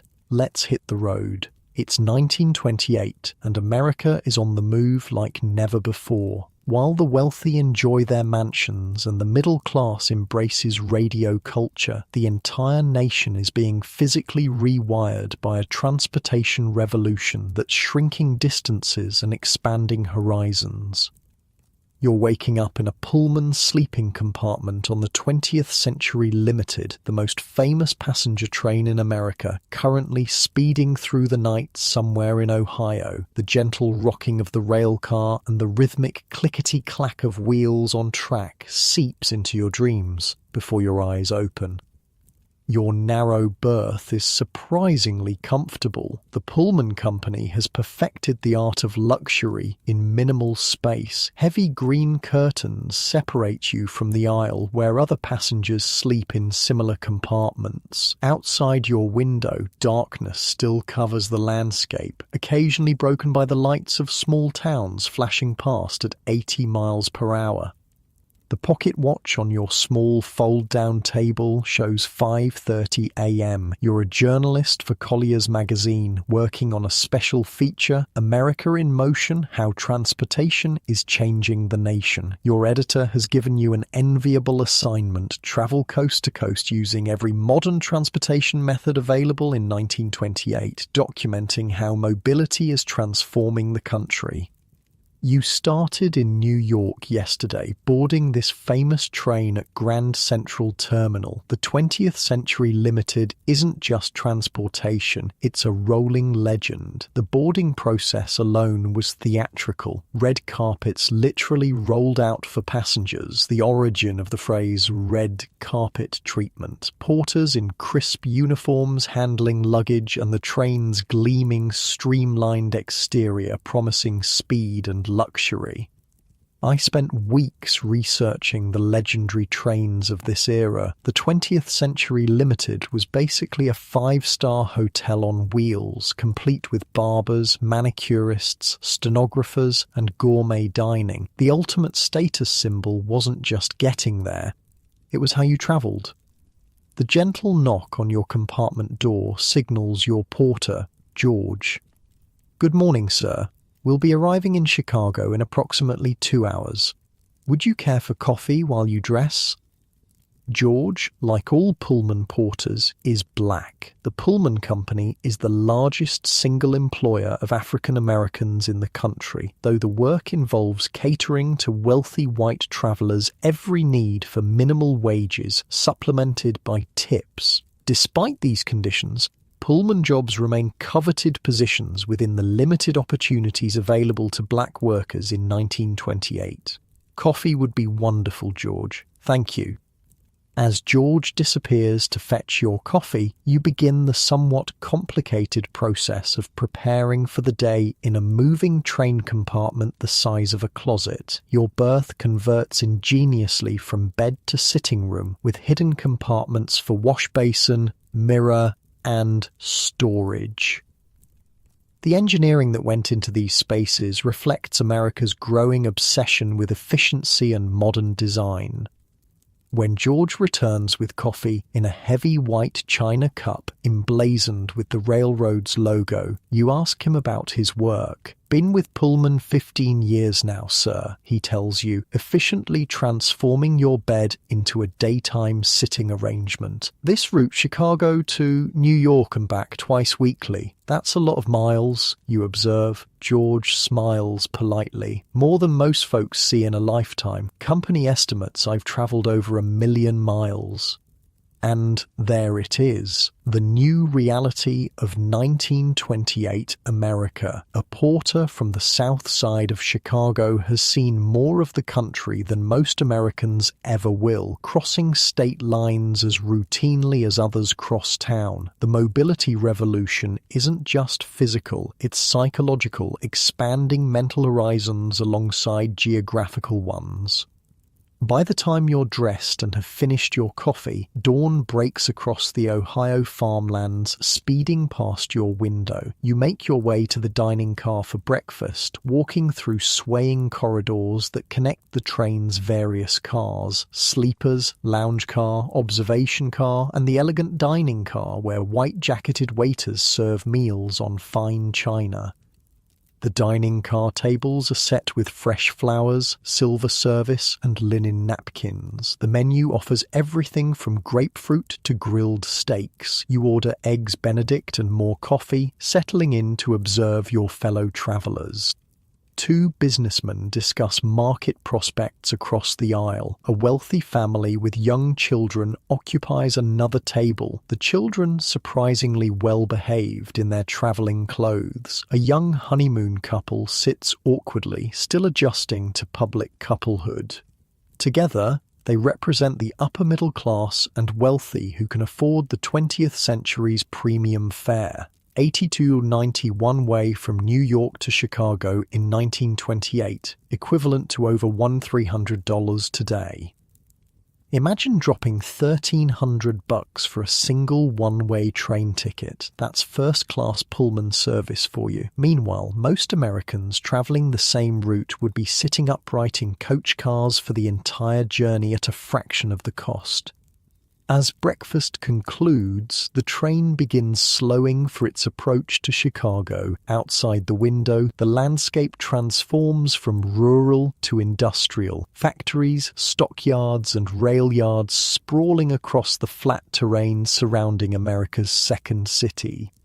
The smell of the famous, or infamous, Chicago stockyards reaches even into the sealed train, a powerful combination of livestock, smoke, and industry that prompts some passengers to discreetly press handkerchiefs to noses. The train pulls into Chicago's LaSalle Street station exactly on schedule at 8:30 a.m., a point of pride for the New York Central Railroad. The 20th Century Limited's reputation rests on its punctuality as much as its luxury. George helps with your luggage, receiving a generous tip that prompts a genuine smile replacing his professional one. Enjoy Chicago, sir. Safe travels onward. You've arranged a busy itinerary in Chicago, interviews with transportation officials about the city's role as America's railroad hub, visits to automotive plants, and most excitingly, a trip to Chicago's new municipal airport. But first, you need to take in the city itself.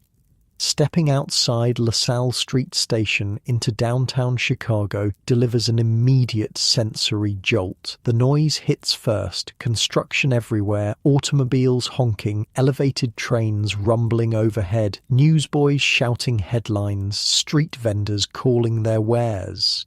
The smell follows, a complex urban bouquet of exhaust fumes, industrial smoke, restaurant kitchens, and humanity packed densely together. Chicago in 1928 pulsates with energy and ambition. New skyscrapers rise seemingly weekly. The Michigan Avenue Bridge, completed just a few years earlier, has transformed the North Side into a development boom. Despite prohibition, speakeasies operate openly, many controlled by Al Capone's organization, currently at the height of its power. You hail a yellow cab, another symbol of America's transportation revolution. Standardized taxi services are relatively new, made possible by affordable automobiles and improved urban roads. Your driver, a talkative Italian immigrant, provides unsolicited commentary on everything from Chicago politics, crooked as they come, to baseball, Cubs looking good this year, as he navigates traffic to your hotel. The Drake Hotel represents Chicago's ambitions for world-class status. 16 stories of luxury overlooking Lake Michigan, its lobby a marble and gilt showcase of prosperity. After checking in and freshening up, you head to your first appointment at the headquarters of the Illinois Highway Commission. The commissioner meets you in an office with large maps covering the walls, the planned highway network spreading across the state like arteries and veins. 5 years ago, he tells you, tracing routes with his finger, you couldn't drive from Chicago to Springfield without breaking an axle or getting stuck in mud. Now we've got concrete highways connecting every major city in the state. The numbers he shares astound you. Illinois alone has paved over 5,000 miles of highways in the past decade. Nationwide, the federal government has funded thousands more through matching programs with states. America is literally paving its way into the future. Detroit to Chicago used to be a 3-day drive if weather was good, the commissioner continues. Now it's 6 hours on concrete all the way. This radical compression of time and space changes everything, where people can live, work, shop, and vacation. The psychological map of America is being redrawn around drive times rather than miles. Your next stop proves this point dramatically. Chicago's municipal airport, a dusty field on the city's southwest side that hardly matches its grand name. Yet this primitive facility handles growing passenger traffic between Chicago, Detroit, Cleveland, and other Midwestern cities. The airport manager laughs when you ask about passenger amenities. Amenities? We've got a bench and a telephone. Most folks are just happy to survive the flight. Early commercial aviation was wildly uncomfortable and unreliable. No pressurized cabins meant flying at low altitudes through every bump of turbulence. Planes weren't powerful enough to climb over bad weather, so they flew through it, or more often got grounded by it. Nevertheless, you've arranged passage on a Ford Tri-Motor operated by National Air Transport, a predecessor of United Airlines, departing for Kansas City that afternoon. The fare costs roughly 4 times what a train ticket would, but saves an entire day of travel time. The premium paid for speed. At the airfield, the Ford Tri-Motor sits impressively, its corrugated metal skin gleaming in the afternoon sun. Nicknamed the Tin Goose, it represents the first generation of purpose-built commercial aircraft. With 3 engines for reliability and room for 10 passengers, plus crew, it symbolizes aviation's transition from daredevil stunt to practical transportation. Your fellow passengers are exclusively businessmen whose time is valuable enough to justify the expense, plus one nervous-looking woman travelling to her father's funeral, the urgency overcoming her obvious fear of flying, the pilot wearing the leather jacket and cap that are still part uniform, part romantic holdover from war flying, greets each passenger personally. Smooth flying today, folks. Little bumpy over the Mississippi, but we'll be in Kansas City by sunset. Inside, the aircraft is Spartan compared to train luxury. Wicker seats line both sides of a narrow cabin. Windows are small, there's no food service, no bathroom, and earplugs are distributed to combat the deafening engine noise that will make conversation impossible. The woman next to you grips her handbag tightly as engines start with an ear-splitting roar. First flight? You shout over the noise. She nods, white-knuckled. My husband says I'm crazy, says these contraptions drop from the sky regularly. She's not entirely wrong. Aviation safety standards are still developing. Crashes remain common enough that each safe landing feels somewhat miraculous. The takeoff is stomach-lurching, the plane bouncing along the grass airfield before reluctantly surrendering to flight. As Chicago recedes below, replaced by a patchwork quilt of farms and small towns, your seatmate gradually relaxes her death grip on her handbag.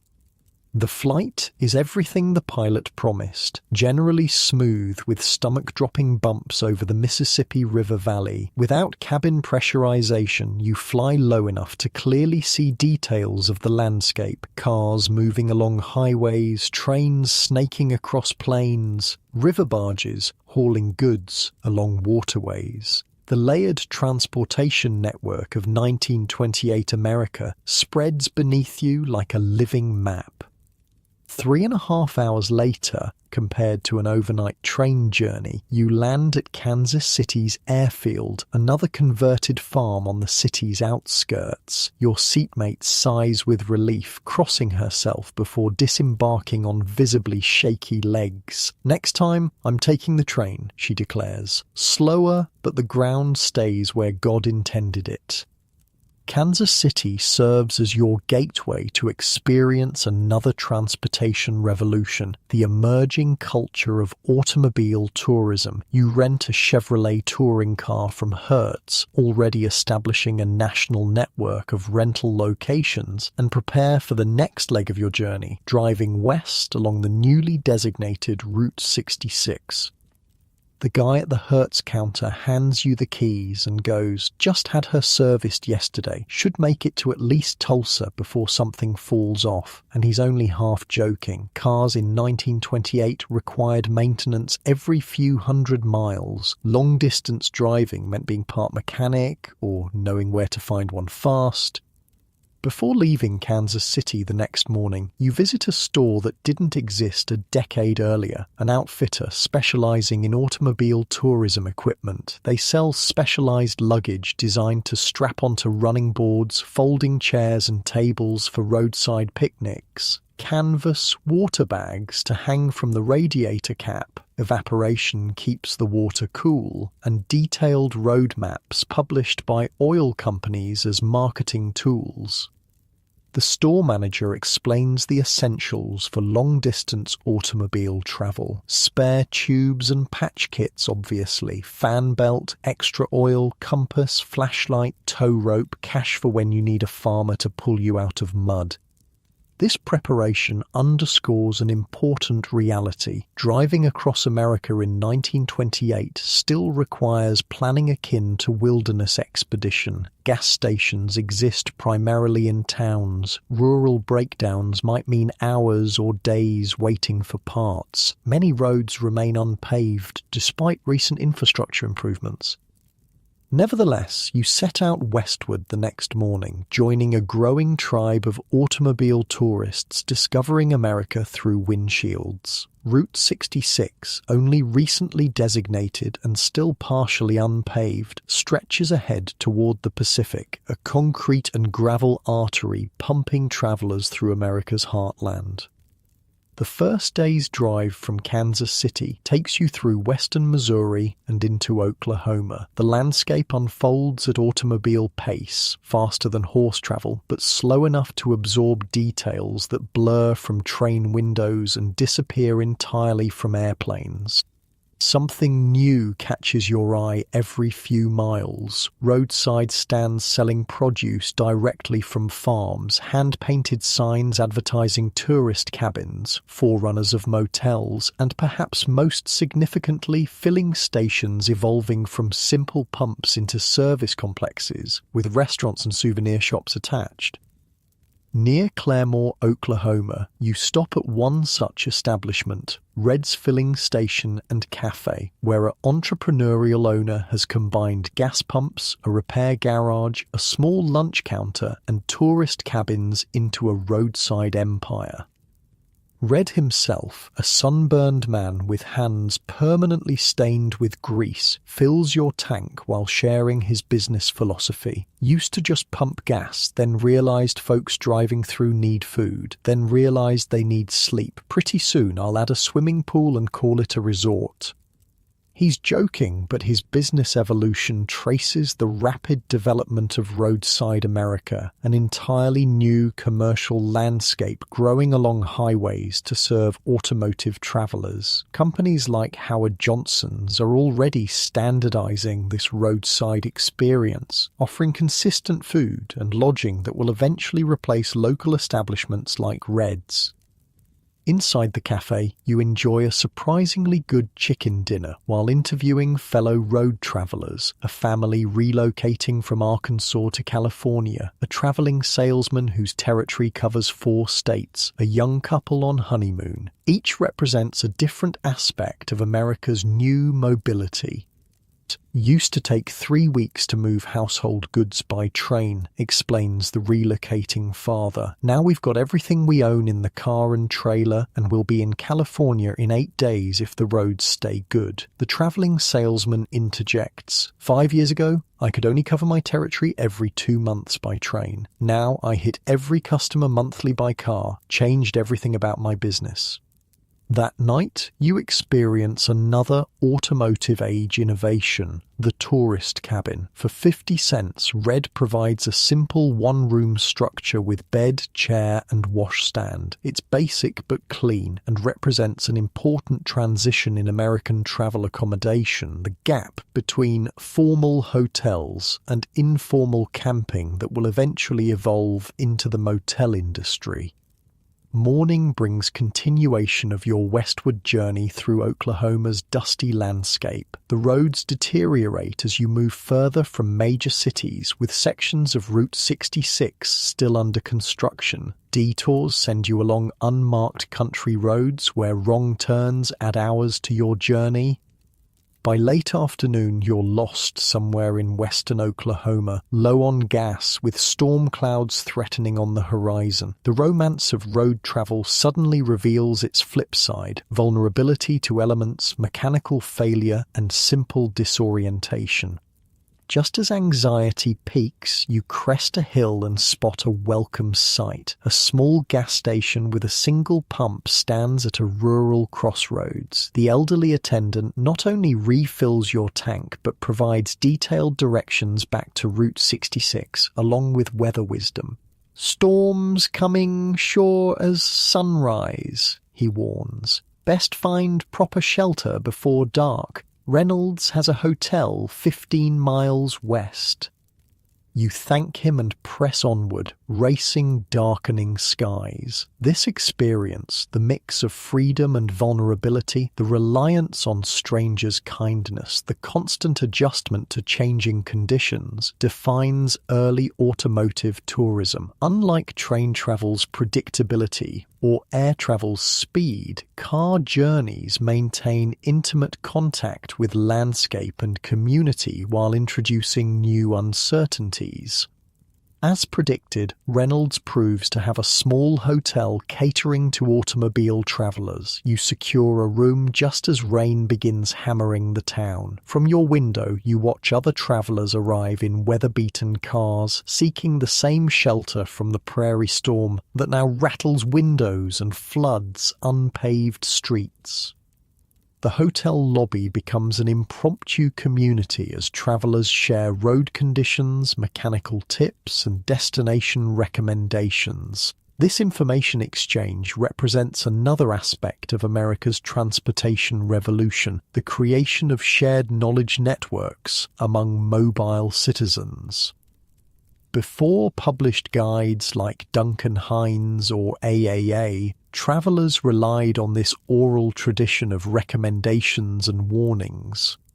Or "roads washed out south of Amarillo," warns a salesman who's just come eastward. "Take the northern route unless you've got chains and boards." "Avoid the hotel in Tucumcari," advises another. "Bedbugs the size of quarters." Through these conversations, a map of America forms that no official atlas shows. Subjective, constantly updated, focused on traveller needs rather than geographical accuracy.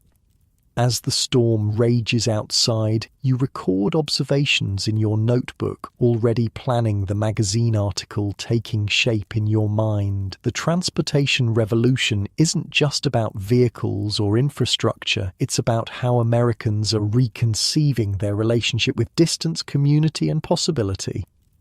Tomorrow you'll continue westward, eventually reaching California, where the final leg of your journey awaits, a coastal steamship back to New York via the Panama Canal. But tonight, listening to rain on the roof and fellow travelers' voices in the lobby below, you realize you're witnessing America literally in motion, a nation transforming itself through sheer mobility. It's October 1929. The Roaring Twenties are about to come to a screeching halt, though most Americans don't know it yet. Let's check in with the people we've met throughout our journey, because their stories, like the decade itself, are headed for an unexpected final chapter. In New York, the tenement apartment on the Lower East Side feels different now. There's a radio on a small table, second-hand but working fine. A few pieces of modest furniture have been added. The windows have proper curtains instead of hanging sheets, small improvements that represent nearly a decade of grinding work and careful saving. You wake up in the same small bedroom, but you don't share it anymore. Your brother moved out last year, married a girl from the neighborhood. They live 3 blocks away in a slightly better building. The bed still sags in the middle, but the sheets are newer, the blanket thicker. Winter's coming, and this year the drafts from the window seem less vicious. Your father is already gone, still working the night shift at the docks despite advancing age and worsening cough. Your mother moves around the kitchen preparing breakfast much as she did years ago, though her hair has more grey now, her movements a little slower. "Mr. Goldstein says they're hiring at the garment factory again," she mentions, placing a bowl of oatmeal before you. "Maybe Joseph can get his old job back."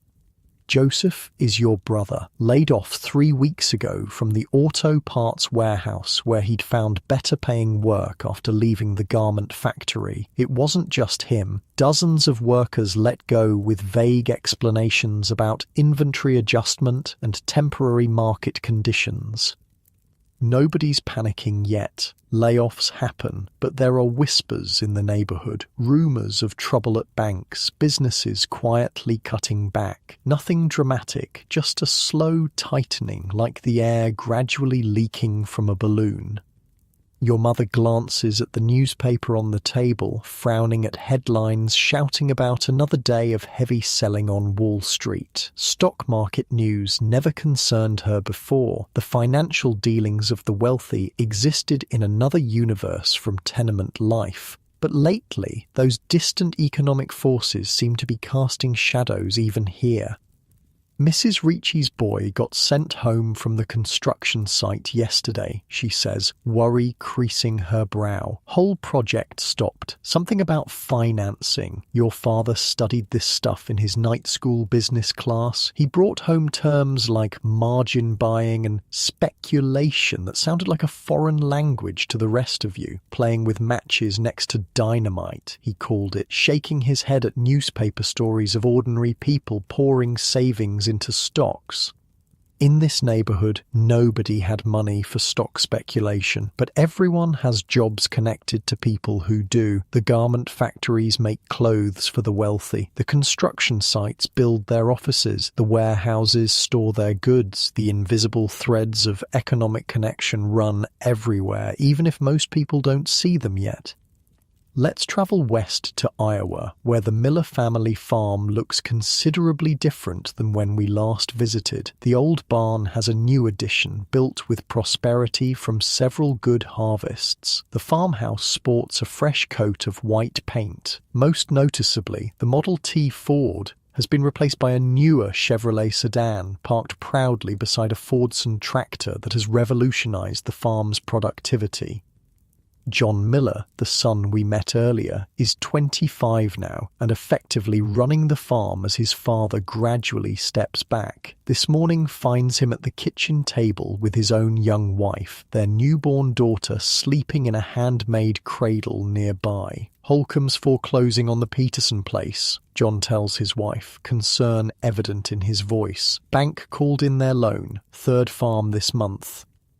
The prosperity that transformed the Miller farm hasn't reached everyone equally. Farm prices have been declining since 1926, though the drop initially seemed temporary. Farmers who borrowed heavily to expand during good years now face impossible math. Loan payments calculated on $2 wheat when the market price has fallen below $1. John's father enters, moving stiffly from arthritis but still strong. Got the radio working again, he announces. Think we should sell some corn now or wait?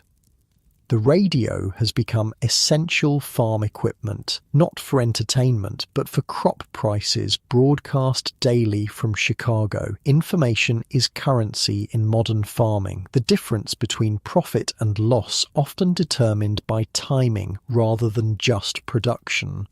John shakes his head. Prices keep dropping. Elevator man in town thinks they'll go lower still. This is the quiet crisis preceding the famous crash, an agricultural depression already squeezing rural America while cities still boom. The Millers are doing okay, having avoided excessive debt, but neighbors disappear monthly, farms consolidated by banks or larger operators. The family Chevrolet, once a symbol of rural America joining the transportation revolution, now serves practical emergency duty. Last week, John drove the Petersons and what possessions would fit to the train station. They're heading to California, joining an exodus that will become a flood in coming years. The farming family looks at their radio. The technology isn't just entertainment for them. It's literally financial survival, market reports, weather forecasts, crop predictions. This information flows instantly across America now, tying farmers in Iowa directly to trading floors in Chicago and New York. When those markets hiccup, the vibrations reach farmhouse tables with frightening speed.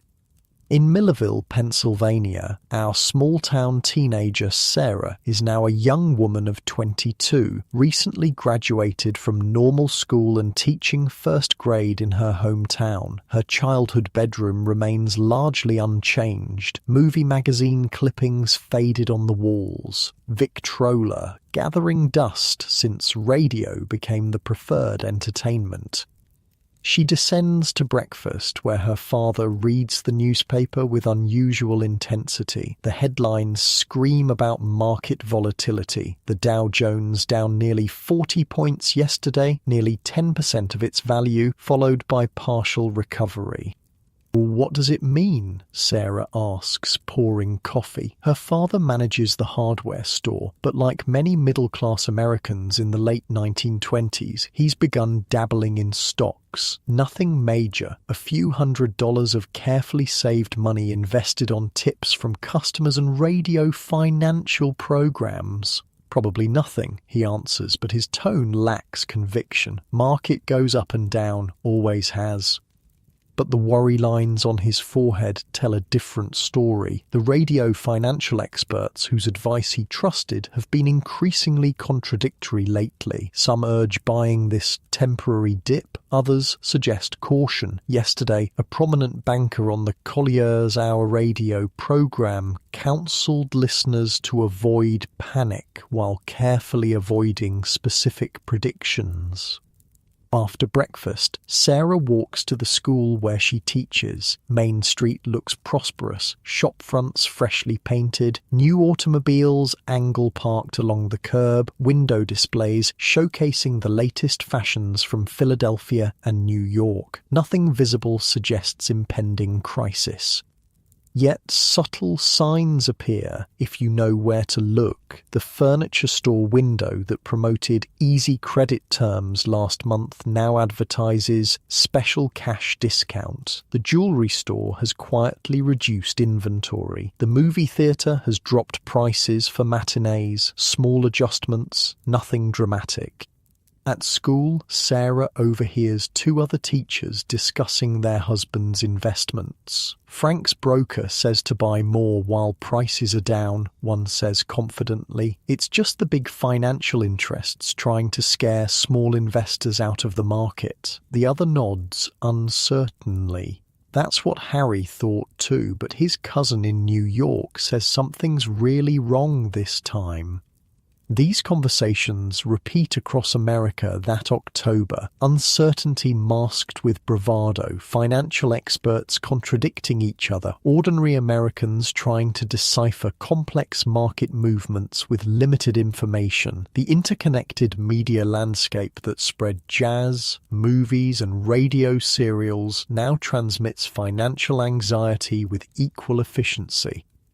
Meanwhile, in Lake Forest, Illinois, the Harrington mansion appears unchanged in its manicured perfection. Inside, however, the atmosphere has shifted subtly. Howard Harrington, banking magnate and family patriarch, hasn't left his wood-panelled study for 2 days. Telephone constantly at his ear, financial newspapers scattered across his desk. His daughter Catherine, now 22 and recently married to Robert Abbott of the railroad fortune, visits with concern. The household staff move quietly, sensing tension without understanding its source. The family's 18 domestic employees continue polishing silver and preparing elaborate meals while their employer faces financial demons. "Father?"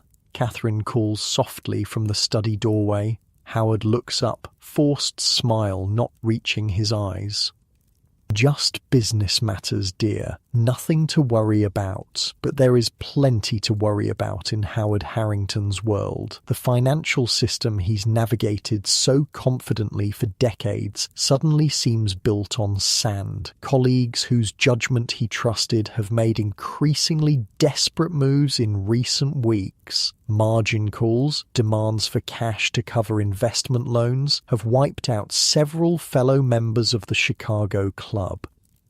The wealthy inhabit the same volatile economic ecosystem as tenement dwellers and farmers, though with more substantial buffers against hardship. Howard Harrington won't lose his mansion if markets collapse, but his social position, business reputation, and self-image all rest on financial foundations now showing alarming cracks. Later that evening, Catherine and her husband Robert attend a charity gala at Chicago's Palmer House Hotel. Outwardly, nothing has changed in this world of privilege. Women drip with jewels, champagne flows despite prohibition, an orchestra plays fashionable dance music. Yet the conversation has shifted. Between practiced smiles, men exchange worried updates on specific stocks and companies. Women who normally discuss social matters now reference investments and bank stability. Information and reassurance have become the most precious commodities in wealthy circles. Harrison liquidated everything yesterday, Robert tells a colleague quietly over brandies, moved it all to government bonds.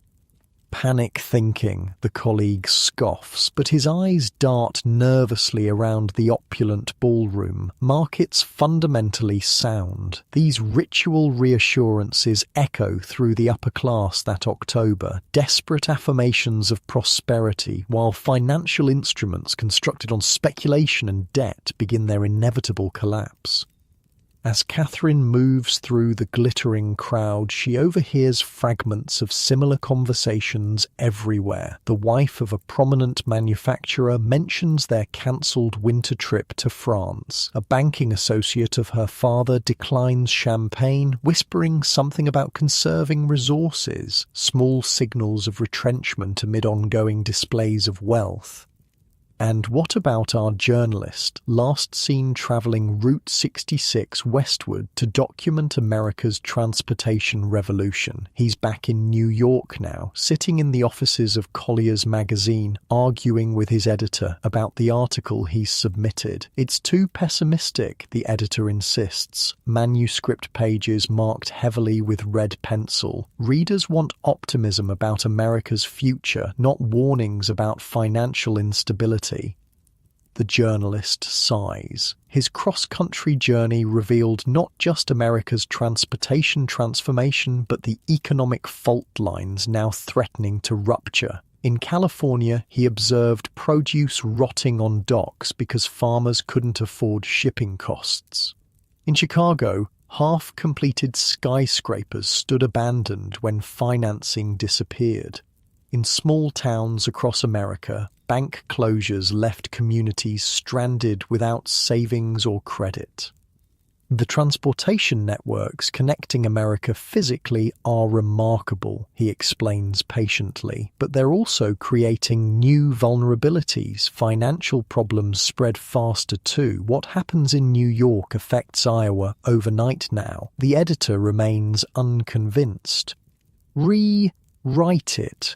Focus on the achievements, the highways, the air routes, the automobile culture. Leave economic analysis to the financial pages.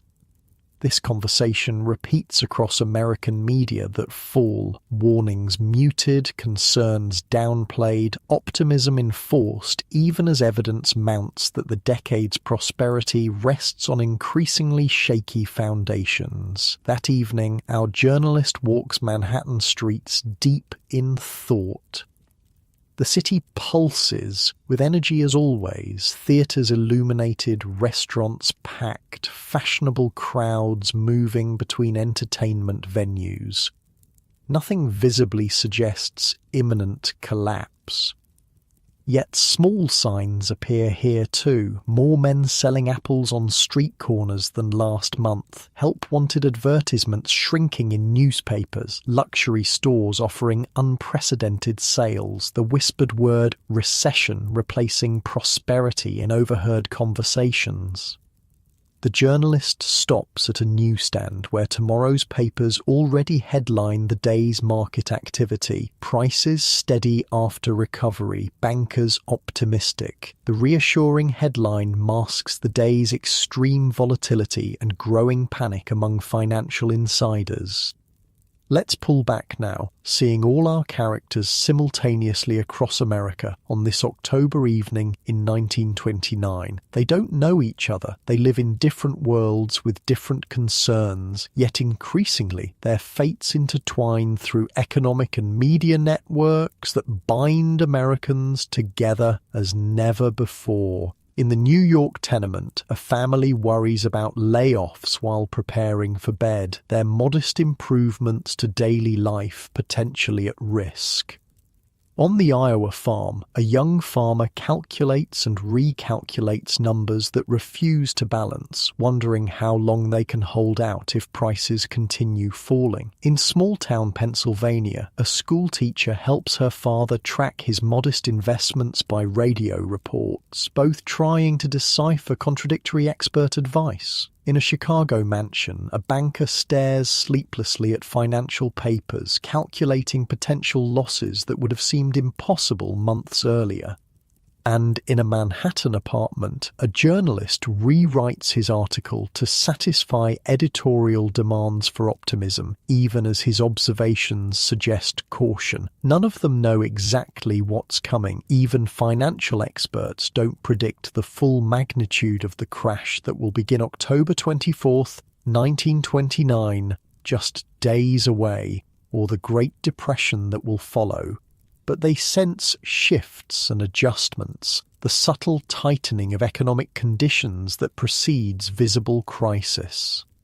What makes this historical moment poignant isn't just impending financial disaster, but how the decade's transformations create both new connections and new vulnerabilities. The same technologies bringing Americans together, automobiles, radio, mass media, modern banking, will also transmit economic disaster with unprecedented speed and scope. The 1920s fundamentally rewired America, physically through transportation networks, culturally through mass media, economically through consumer credit and financial speculation, socially through changing norms and expectations. This rewiring created the modern nation, recognizable in its broad outlines despite nearly a century of subsequent change. When the stock market crashes just days after our story ends, these connections will ensure no community remains untouched. The tenement worker, the Iowa farmer, the small-town teacher, the Chicago banker, and countless others will find themselves participating in shared national experience unlike anything previous generations knew. Not prosperity this time, but its opposite. Yet the fundamental transformations of the Roaring Twenties will endure even through economic disaster. Americans who learned to expect mechanical refrigeration won't return to iceboxes. Families introduced to radio entertainment won't abandon it for silence. Communities connected by highways and automobiles won't revert to isolation. The expectations of modernity, once established, prove difficult to surrender. So, as you drift towards sleep in your comfortable bed, consider how those Americans of 1929 shaped the world you inhabit. Their automobiles evolved into your fuel-injected, computer-controlled vehicles. Their crackling radios became your streaming services. Their tenuous airplane routes grew into the global aviation network. Their department stores transformed into today's online retailers. The technologies change, but the human desires remain consistent for connection, for convenience, for entertainment, for mobility, for better lives than previous generations knew. The Roaring Twenties accelerated and democratized these possibilities, making previously elite experiences accessible to millions. As sleep approaches, perhaps reflect on how your own daily life would astonish those Americans of 1929, even as their experiences laid foundations for the world you take for granted. The threads connecting past to present remain unbroken, though sometimes invisible, weaving through time to create the social fabric we all inhabit together.